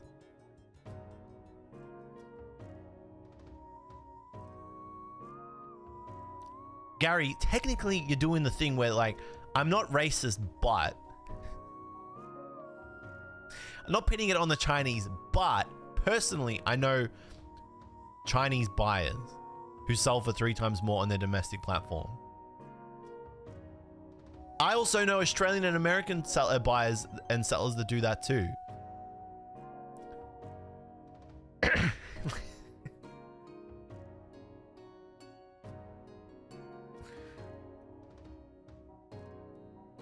Ashley, I was selling loads during the peak and all my cards were going to Japan.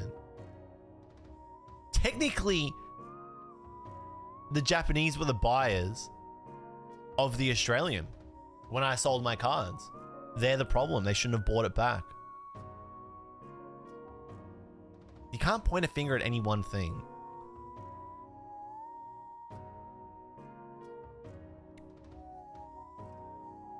I think a better way to look at it, T-Roy, is another player entered the market, which amplified things further. So there was one whale traditionally, or one country or area traditionally that was buying and selling a lot, America. And then the Chinese market entered the game too. Now there were 2 big countries, very populated countries with a lot of money that were doing the same thing. So now you can say the introduction of the Chinese into the market amplified the issue. Yes, I think you can say that. I don't think you can say it's the Chinese whales that made it an issue. That's different. What should I do with my waifus? I mean, honestly, now's a hold period, unless you really need money.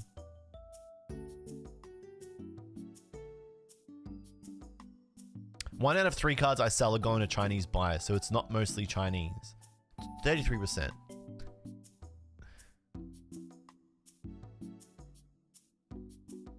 Now, generally, Jason, when people say it's the Chinese, they're saying like the Chinese buyers ruined everything.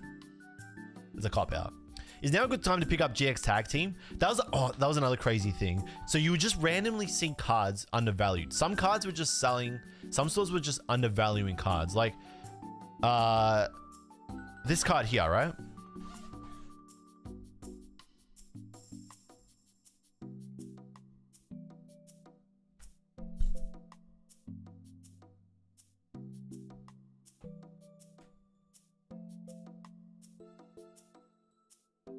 So this here was 9,000 yen, which was crazy, right?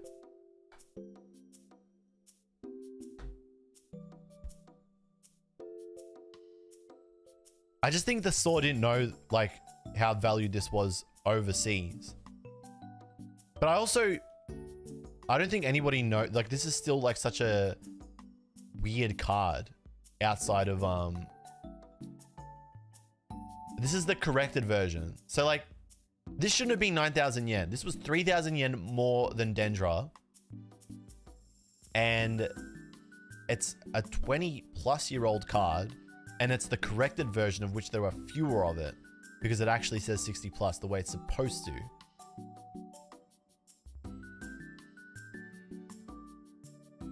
The back is fine. There is a really subtle little smudge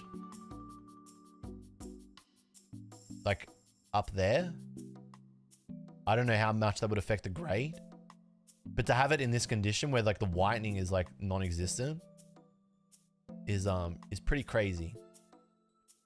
So you would just find stuff like that if you went out of your way. Like the deals were not in Card Rush. Let me tell you, they weren't in Dragon Star, they weren't in Magi, they weren't in Hararuya. Like you weren't buying cards from there.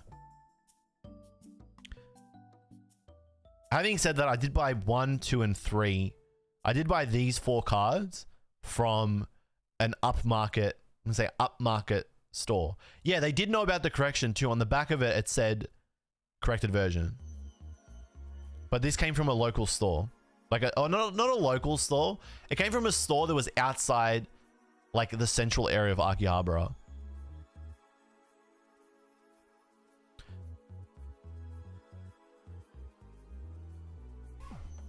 Yeah, if your card doesn't have the plus,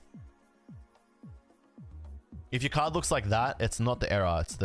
That's the actual version.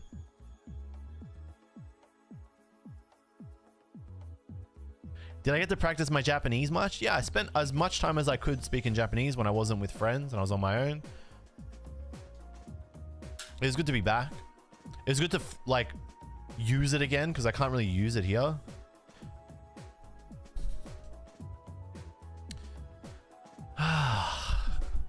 Alright, there's one other thing. There was one main thing that I wanted to jump into. I got one guide by like 3 different people. People being like, get to the end of the movie.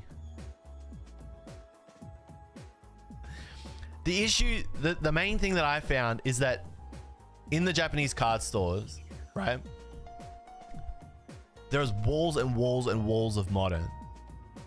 And it's just sitting there. Like I would go to the same stores over the period of like 2 weeks. This is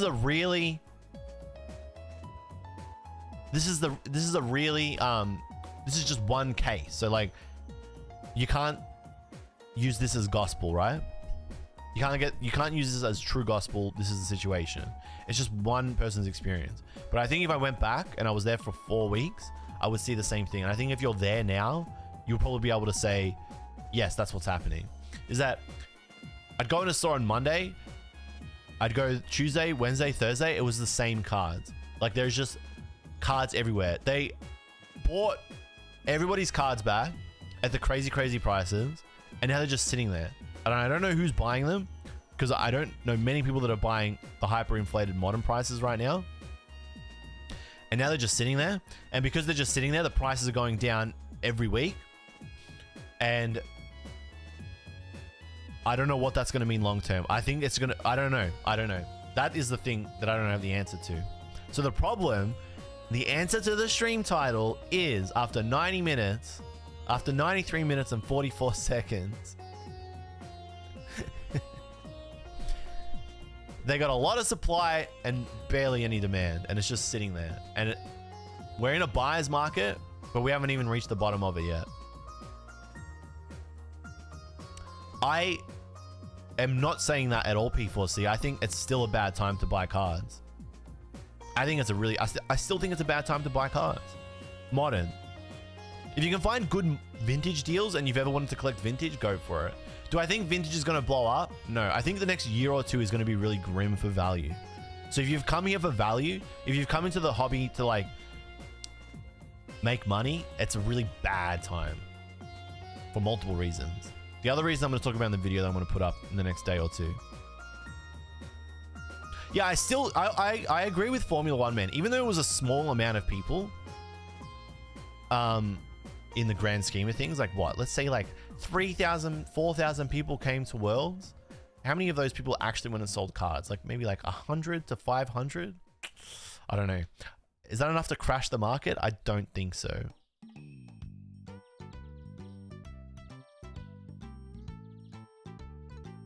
I gotta say, it was really funny to buy cards, collect them for the last 3 years, go back, sell those cards from the last 3 years for a lot of money, and then a week later see them drop in value and the card stores not want to buy them. That was pretty funny. And like lowball when they were appraising them because they didn't want to pay too much.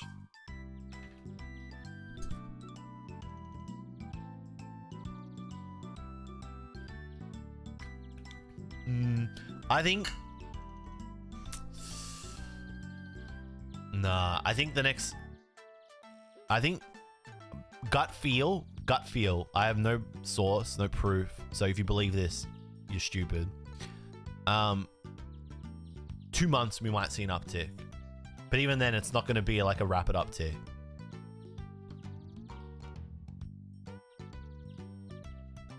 Still don't understand the business plan of buying at hyperinflating prices and failing to sell at even higher price. The thing about Pokemon card collecting and the hobby and the community is that a lot of it is on YouTube. It's a very... Like, it's not often that you would meet a Pokemon card collector that had like a lot of really rare cards that didn't watch Pokemon card YouTubers. Yeah? Like, how many of you guys know someone that avidly collects Pokemon cards but doesn't watch any Pokemon card YouTuber? Very happy to be proven wrong here. Want to be proven wrong here. JK, my first time watching the Streamlove videos. Thank you, boss. You legend.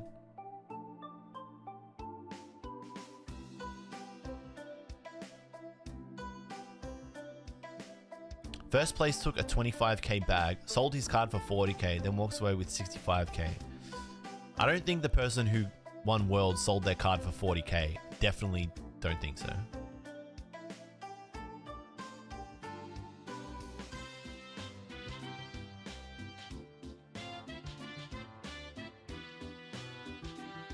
It was sold? Really? No way he sold the #1 trainer for 40k.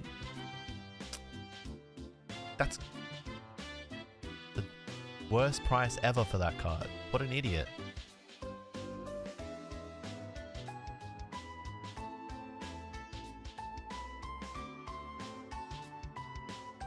My friend Tori. That's one. Do Gen Z people only watch TikTok? I don't know much about Pokemon card TikTok, to be honest.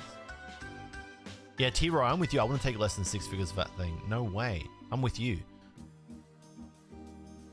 I'm going to do my best to get there, Shabalan. By the way, good to see you. Thanks for coming down.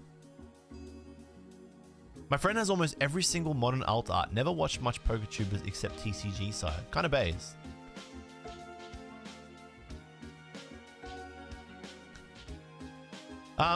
I think a lot of the Pokemon card businesses that started because they got the idea from YouTube. So I think I don't think I want to start a Pokemon card buying and reselling business. I don't think it's an organic idea. So I don't think it's an idea that you just have when you're lying in bed, when you're on the couch, when you're going for a walk. I think it's an idea that you get from watching other people do it on YouTube.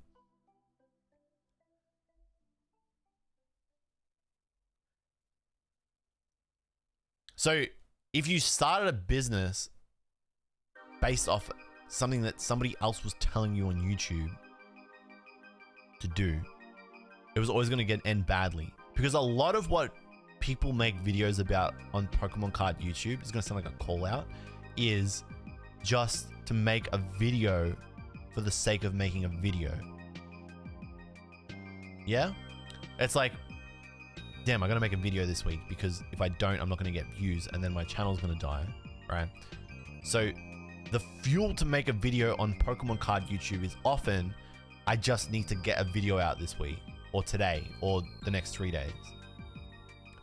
So my feel on like, you should invest in this videos is that a lot of the time they're just being made, they're just talking for the sake of chatting. They don't actually bring anything to the space. So to buy into those videos and be like, yeah, he's spitting facts, he or she is, they're spitting, super risky. It's just super risky. Whether you, I'm not saying it's bad or good, those videos, whatever. What I'm saying is to then go and like set up a business and spend money based on that is super risky, because a lot of the time people are just making a video to get a video out. Ichiban Dan, thank you. Welcome to Senpai, you legend. And thank you for the gifted, you legend. Thank you, dude. Ricky M, the VOD will be up. Yep, I keep the VODs up.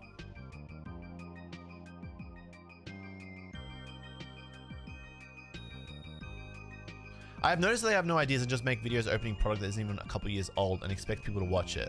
So if someone makes a video about opening up a box, it's just entertainment. It's like, what are they gonna get, right?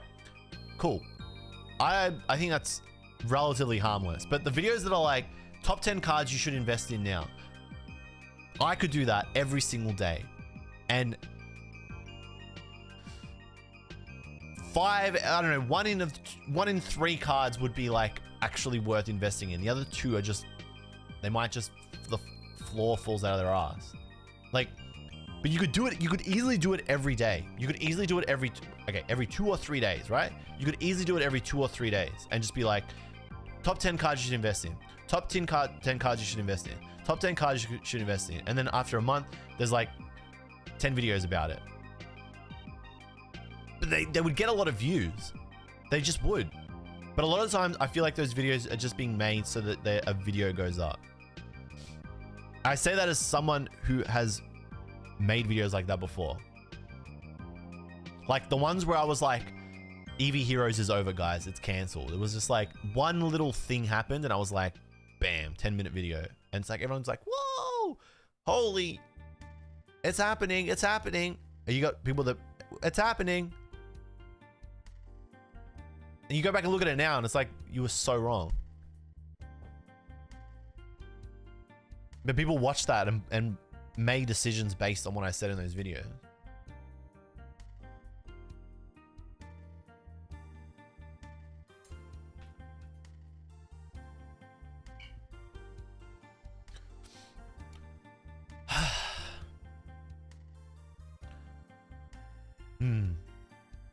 Yeah, the card stores were crazy, man. I think the biggest thing that was crazy, I got sidetracked when I was talking about Osaka. Someone was saying, are there any other stores that, any other areas that were better to shop in? And I know of some other areas. I didn't go to them myself, so I can't speak for them. I think the fact that you could go to Osaka, buy cards for 20 to 30% less, take them to Tokyo, sell them, and make like 10% was crazy.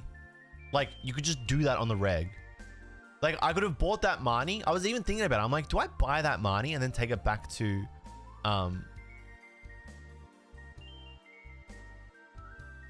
do I buy that Mani and then take it back and sell it in Tokyo? But I wasn't baller enough to do that.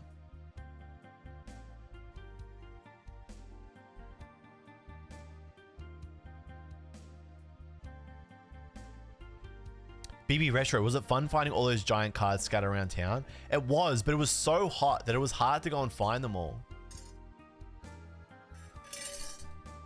Peter Minica.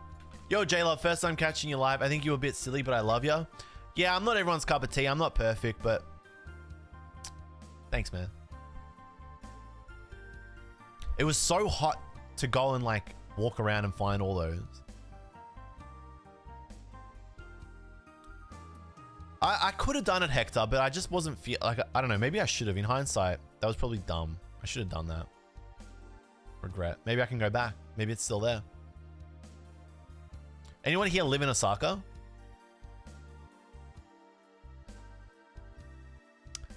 I was in Yokohama because that's where Worlds was, but I didn't go to any card stores there. And unfortunately, I didn't go to Nagoya, which was sad. Maybe I think if I get back to Japan the next 3 to 6 months, I'll go to Nagoya. I haven't watched One Piece live action. I'm going to watch it with my partner because I wanted to see what One Piece is all about. And I feel like that's a good way for her to get into it. So that's on the list, Modi. Which place had the best food? Osaka, for sure. Osaka low diffs Tokyo when it comes to food. It's so much better. Don't watch the live action. Nah, oh hell nah. I'm definitely watching that. You're crazy. You think I'm not gonna watch the live action? Hell yeah, I'm watching that thing. It's gonna be base. Oliver, congrats on top 64. You legend. Thank you very much, dude. Would love to know who you played against. of like the notable players that I played against at Worlds, I played against Ross Cawthon in day 1. And I won, and I played against Gustavo Wada in day 2 and Andrew Hedrick in day 2 as well. I won it. I beat Gustavo Wada. He was playing Gardevoir. I won 2-0. Andrew Hedrick, I lost 2-1. Close game though. Really fun. Fun to play Lost Box against Andrew Hedrick, who's really good with Lost Box. A nice guy.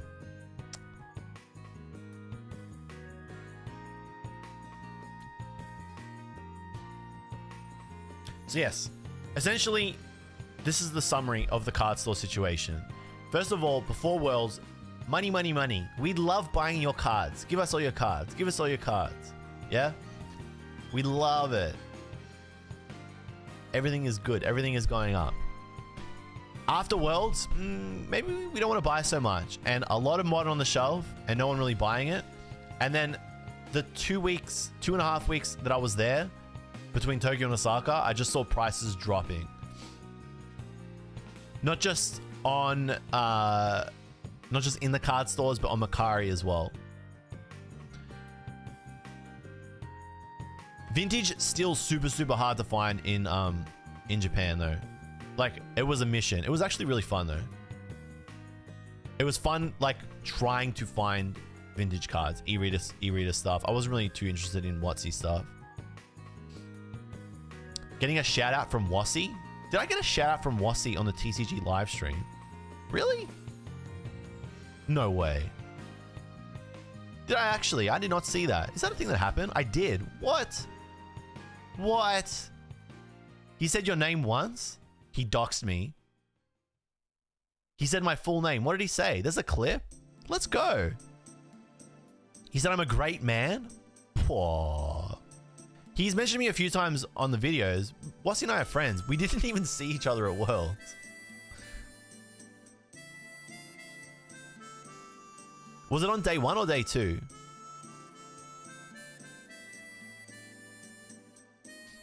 That's so cool. People are saying he doxed me. I think at this point, most people know my name. You can see me on the leaderboards. You see me on the standings.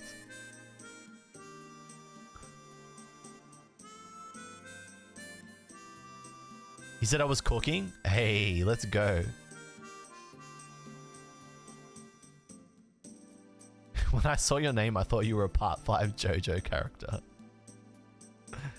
No worries, Cheese Wombat. I just try to give you what I know. If someone has the clip, can you DM it to me? I want to see it. Gonna make me cry. If he said I was cooking, that's so based.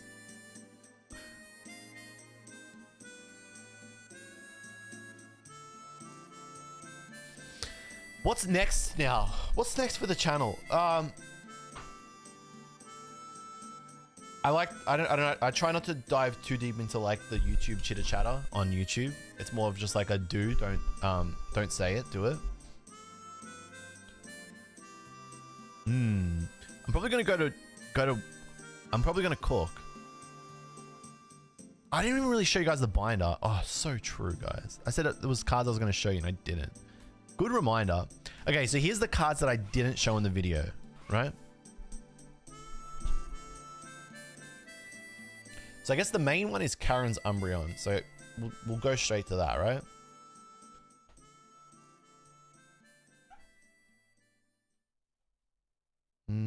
Where were we? Finish Scarlet. True. Should I do that at YouTube or on Twitch though? I was super. I don't know why I bought this.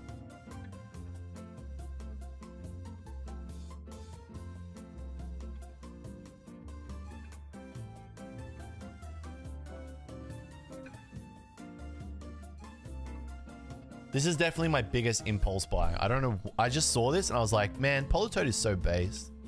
And then I bought it.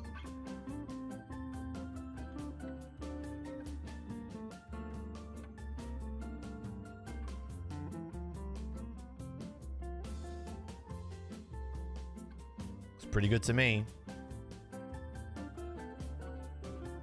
so good, man. God damn. Polly is an awesome Pokemon. This was pricey. Off the top of my head, I think it was like 8,000 yen.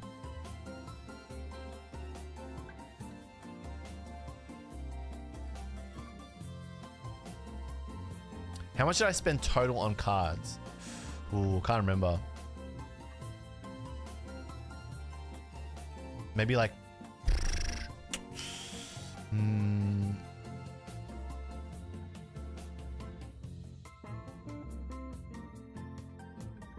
In AU? Well, I sold 7,000 AU. I think I sold like 11 to 12... 11 to like... It was like 10 to 12 cards for like 7k AU. I used that money to like pay for my trip to Japan. And then I think I bought like 2k, 2.5k maybe of cards. I did. I bought this Dark Rush Umbreon. It's a little bit scuffed, which is disappointing. This was a card that I didn't see at any store. And then I was like, okay, I haven't seen it at any store, so we're going to get it now. And then, of course, I saw it at another store. And it was in better condition. It was not easy to find. But as you can see, it's not in the greatest of condition. But it is a Corki Saito card, so I kind of had to get it.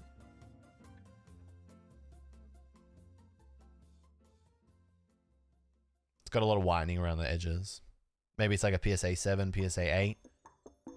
Bit of a shame. What did I end up selling? I sold special arts. Like I sold a Sol Galeo and Lunala GX special art from Dream League. I sold the Lady Sun and Moon. I sold a few Shiny Star V Mani.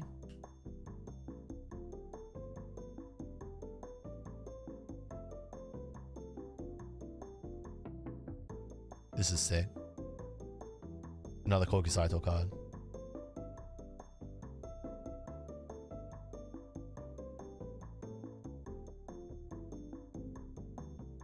The Zoomerall is really nice. I had a lot of fun finding cards like this. Like, probably one of the most fun I had was finding Corki Saito cards. And just going to a store and saying, okay, cool, which ones can I get now? And almost every store I went into would have at least one that the other store didn't have.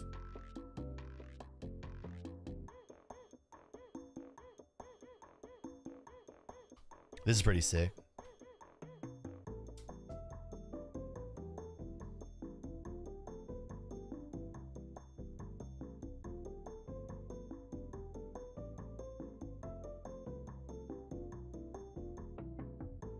I wish I came shopping in Osaka with you for at least a little while. Yeah, but you had to go and make a mess of yourself. So here's what happened in Osaka. Joe had one too many. And we lost Joe. I've seen Joe in a state that you wouldn't believe. I think I paid 3,000 yen for this. It's not like the cards were perfect. Let me be clear. You did a lot of the time. The issue with the cards was either it was creased or whitening on the edges, right? But from the front, we're eating. We're eating good. I love Typhlosion, so I had to get it.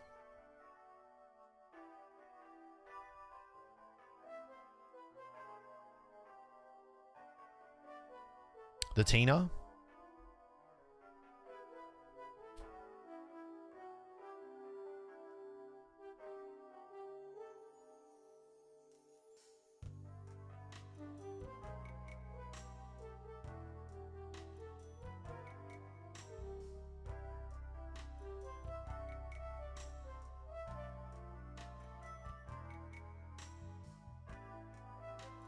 Do you guys reckon this is a scratch or it's the lightning? There.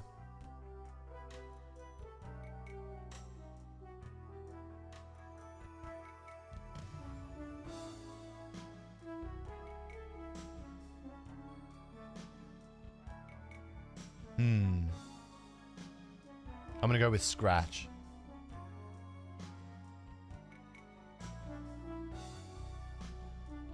I think I paid like 900 yen for this. Koki Saito card, so we had to get it. Such a weird scratch, isn't it?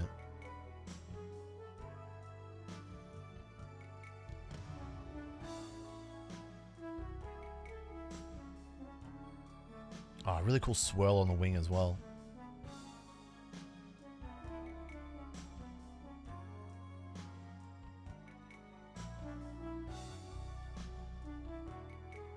Oh, this is... Oh, no, this was Omega scuffed. Yeah, I knew this when I bought it. Now I remember. I was like, yeah, it's scuffed, but... Kokisato Giratina. I knew this when I bought it. That's not Cope. I did know this. But I was like, for a tenner, I'll pick it up.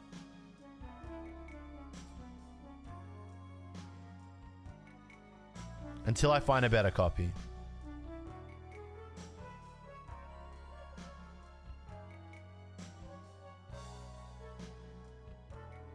This was a fun card. This was a card. This was super random to buy this.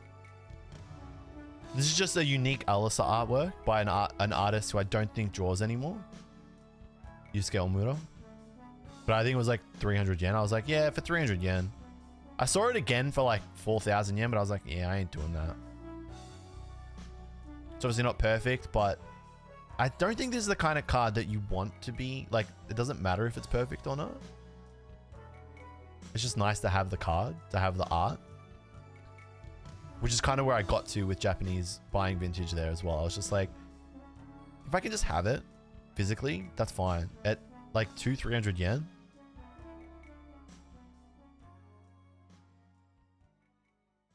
Alisa is base, so I'm happy to have that.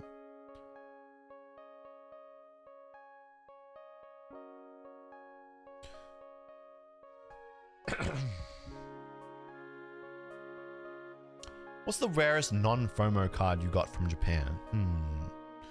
I don't know. You tell me. What jumps out at you?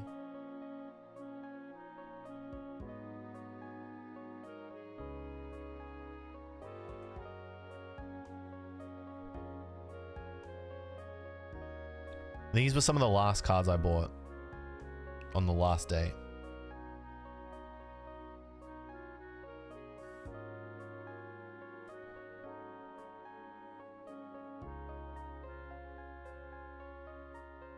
Whoa.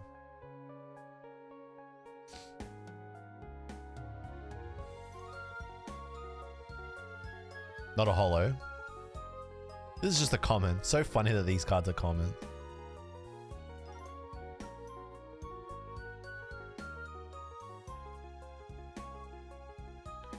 Paying a premium there for quality, for sure on this one. I didn't see any VS packs for sale, which was a shame.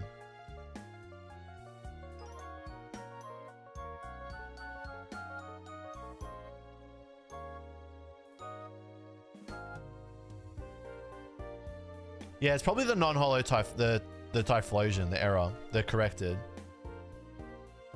I've been trying to find a clean copy of Sabrina's Espeon. You should have told me. There was like 4 different ones to choose from.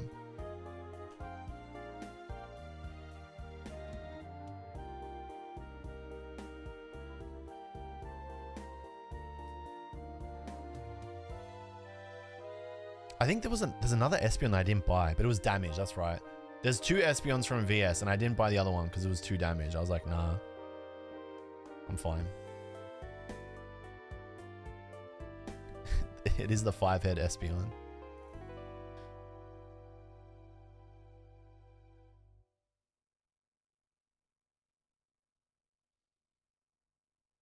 It definitely is the 5-head Espeon.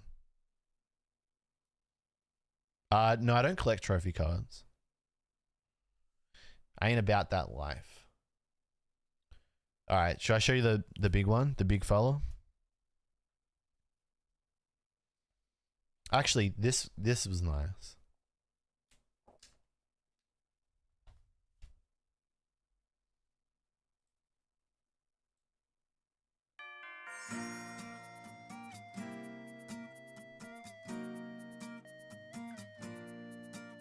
But I have not looked at the condition of this.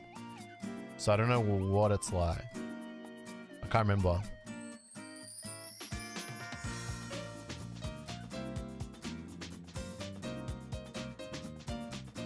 Some lady at TRACon got to cut the line because she had a number 3 trainer card from 98 from Arita. That seems a bit unfair.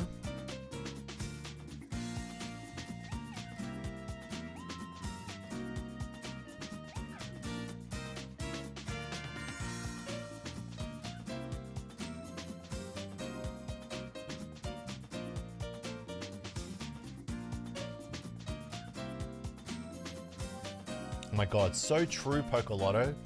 So true. What's the point if you don't win it yourself? Base.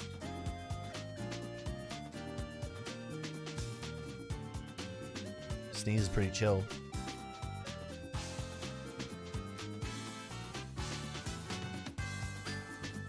The dark type holos in this set, it's actually quite hard to appreciate the holographic style on it.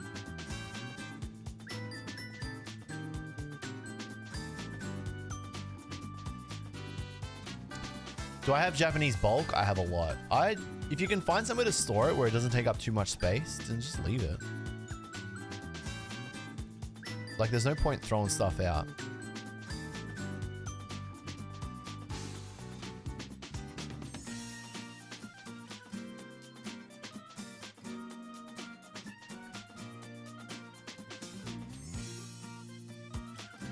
I like the Steelix a lot. Well, do you want to see the Steelix? Do you want to see the Steelix? Or do you want to see this thing? Holy mother of God. I was like a man possessed when I bought this. I tell you what. I was like a man possessed.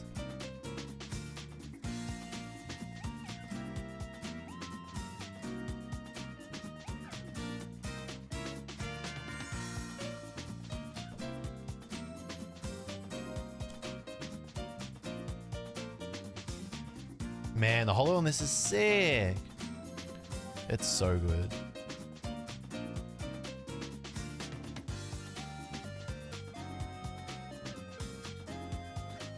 Oh.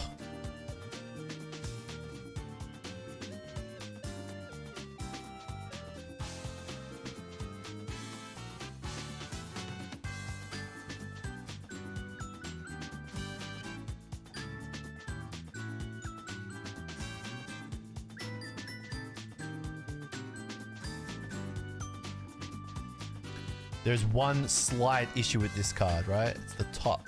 See there? See the top right corner? It's a tiny little, crease. You can see it there. Tiny, tiny. Kind of annoying, but eh.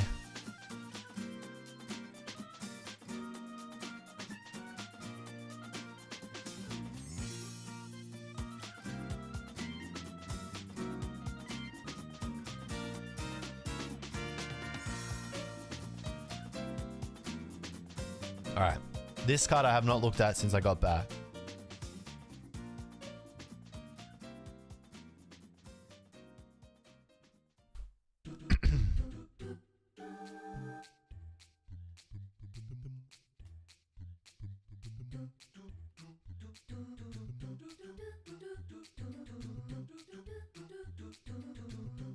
Somebody said, is the price you paid for this in the thumbnail actually how much you paid? And the answer is yes.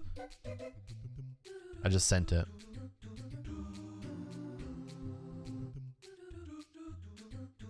I don't like touching it. It's mint, like it's perfect. It's a mint condition.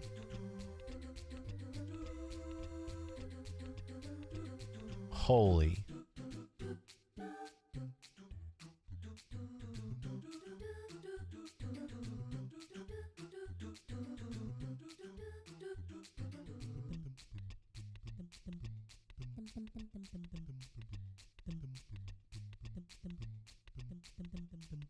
Centering, probably the only thing hurting it.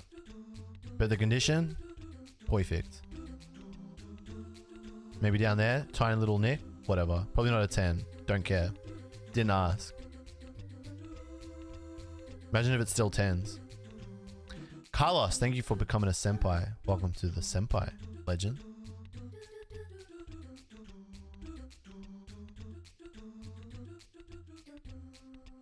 It's mint and just casually in a binder. Wait, so it should not be in a binder?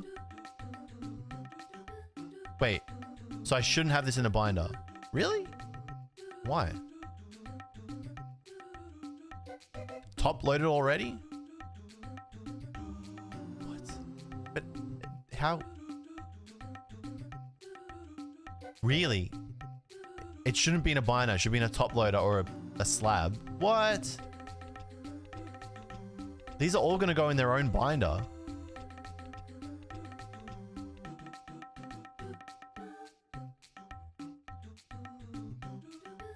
Wait, but what? Keeping it in a binder, is that going to hurt? It's not going to hurt it.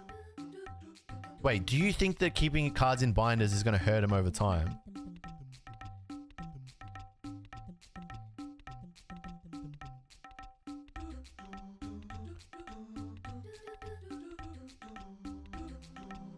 Do you think over time the binder is going to be bad for the card? Really, Bill?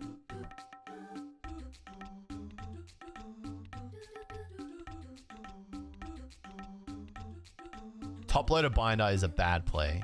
Nah.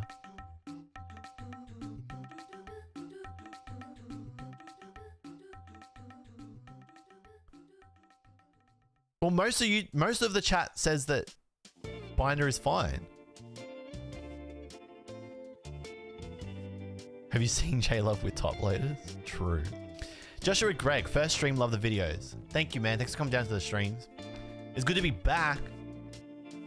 Good to be back streaming. It was sad. I like started YouTube streaming and then I went away. Now I'm back. So we're back now. Oh yeah, the thought of removing that from a binder scares me. Never trust chat. But your chat, so trust you, but don't trust chat, Bill. Which one is it? I haven't looked at the Skarmory. I'm gonna have another. I can't remember looking at it. I'm gonna have another look at it.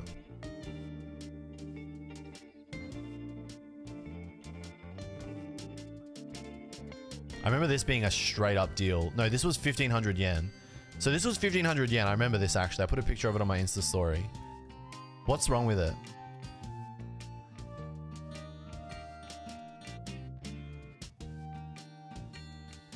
Yeah, I think I couldn't remember. I'm like, are these scratches? Can you see them underneath HP 60 on the holo? It just seemed like such a weird area, but it probably is scratches, right?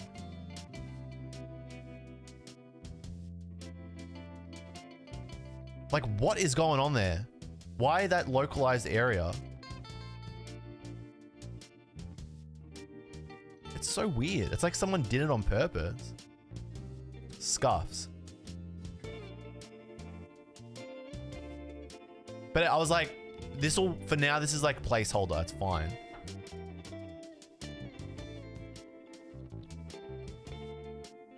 See? It's so random. It's so random.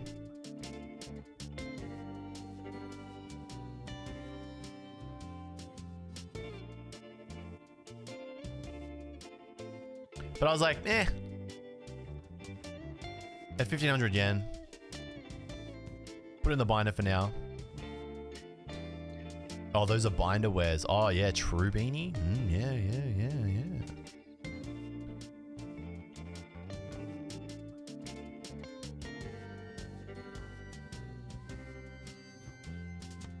I collect top loaders, so that's why I use a top loader binder.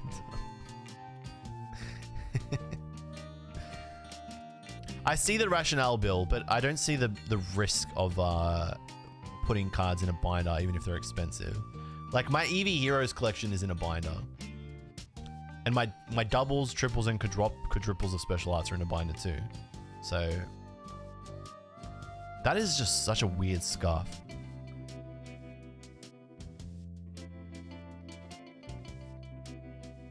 It's just super random. Oh, fuck.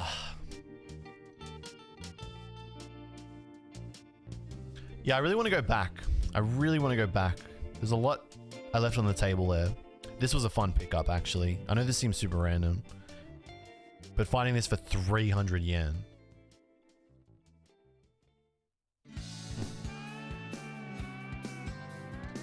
There's another Corgi Scyther card. But it's either 300 yen, godsend. Holy crap. So sick, these. So nice. And in such good condition too.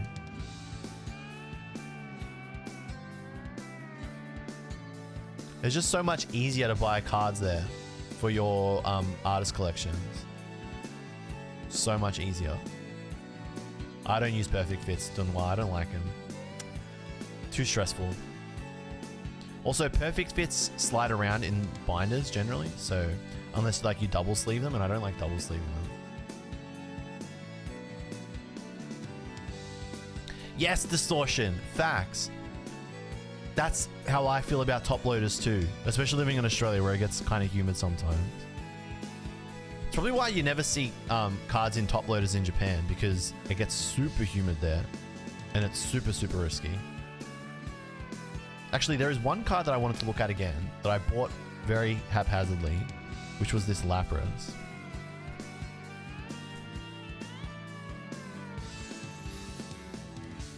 Which I think is fine.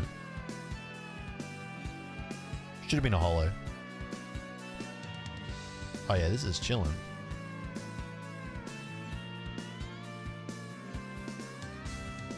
Did I find it easy to communicate with card shop employees? Yeah, it was awesome.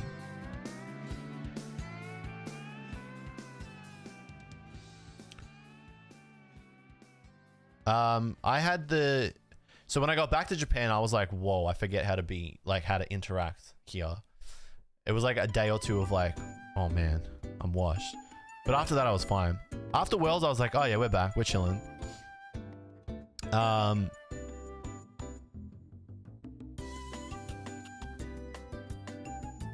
But yeah, being in the castles was fine. I think it just comes down to confidence. It's just a confidence thing with Japanese. Like, if you're articulating with confidence, talking with confidence in any language, I think you're gonna be fine, which is what it came down to. My favorite pickup from Japan is easily this. It was such a fun buy. It was so self-indulgent, but honestly, after Worlds, after Japan, after all the work I had to do to get the Worlds, like my result at Japan at Worlds, I was just like, I need a treat and I'm gonna treat myself, and so I bought that. So that's easily my favorite pickup by far. Was this all bought at one shop? No, different stores, probably like 30 different stores over the period of 2 weeks. Probably like 30 different stores. I went into a lot of stores. There was a lot of stores I didn't even get into, which was annoying because I ran out of time. Yeah, I think I'm gonna go back. I think I'm gonna go back and do like more concentrated content there as well. So there's one video that I'm working on that do you guys want to see a preview? Is it okay if I show a preview? Maybe I'll show a preview. Can I show a preview? Can you wait? I don't like spoiling things. Let's see the last page. Nothing in this past this page. Maybe I'm gonna keep the preview as a Patreon preview. I gotta give the Patreon pledges what they paid for. I'm gonna keep it as a Patreon preview. That's not a bait to get you to Patreon. Unless I gotta reward. I gotta keep some things limited. Everyone says when I go back a second time. For me, it'll be the 6th time. I guess the main thing is when I went, I didn't have like a mission, and then when I got there, I had a mission. Why did you tease the last page when there was nothing there? It was the Umbreon, Sanka fan. I didn't show the Umbreon in the video.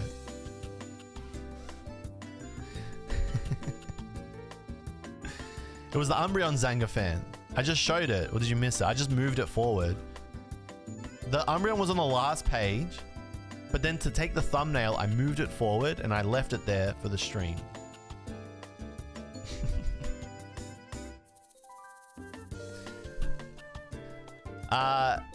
When I was there, I didn't have a mission, and then I didn't have a mission before I got there. When I got there, I had a mission, and then there was some stuff I didn't get to do, which was annoying. Which is why I want to go back and I want to go with the mission. The mission is in my head. I'm cooking. I'm gonna try and get back maybe like February next year, March. We'll see.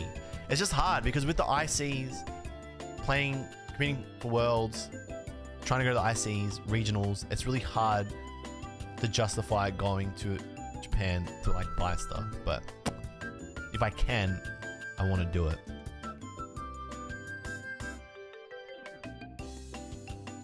So that's it. That's a stream.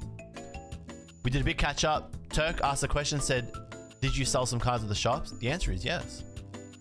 And if you watch the rest of the VOD at the start, you'll see me talk all about that. Nick Nottingham. I'm actually live chat with JLUV. What's good, Nick Nottingham? Good to see you, man. Ramsey said it was so cool to meet you at NAIC, and I know they said that about like 30 minutes ago, but I forgot. Sorry. Ramsey, thank you. I'm going to head out. I'm going to get to work on some vids, edit some vids, maybe film a new vid. I got a lot to do now that I'm back. I got my feet on the ground. Mason, what's good? Thanks for coming into the chat. People need to understand how hard high competitive play is. Even to not make mistakes is a victory in itself. Says a lot to your mental state. You're a legend, JLUV.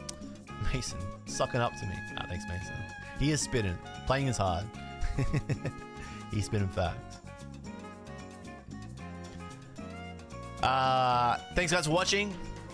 If you haven't seen the latest few videos on the channel, qualifying for Worlds, me going through the rest of that binder, talking about it in depth. There's some pretty cool videos over the last 2 months, so if you haven't watched them, check them out. I think this one is really cool. I think this is really cool. So if there's any video you're gonna go watch, if this is your first time jumping into the JLUV stream, go and watch this video. This video is base. Josh Work, peace out. Read on. And if you did already watch that video, thank you. You're a legend. If you liked and subscribed because of that video, you're a boss. Thank you. Distortion, peace out.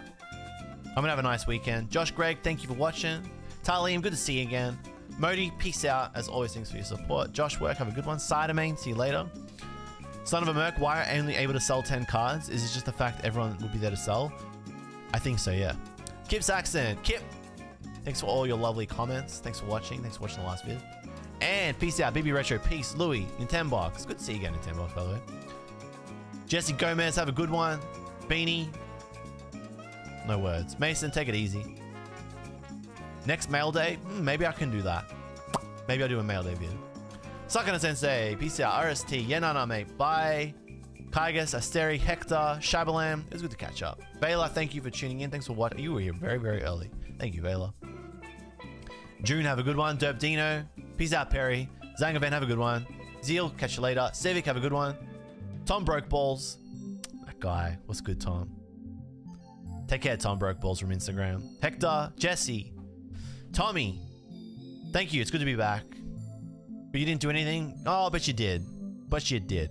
All right, guys. It's good to catch up again. Ranking viewers collection stream. That's a great idea. I'm yonking that. We will definitely do that. Peace out, Kene. Madden, have a good one. If I didn't say it, I said it again. All right, guys. I'm heading out. Thanks for watching. If you're here from a VOD, like and subscribe. And I will see you guys in the next one. Peace out. Bye, 36. Thanks for everything. Mwah.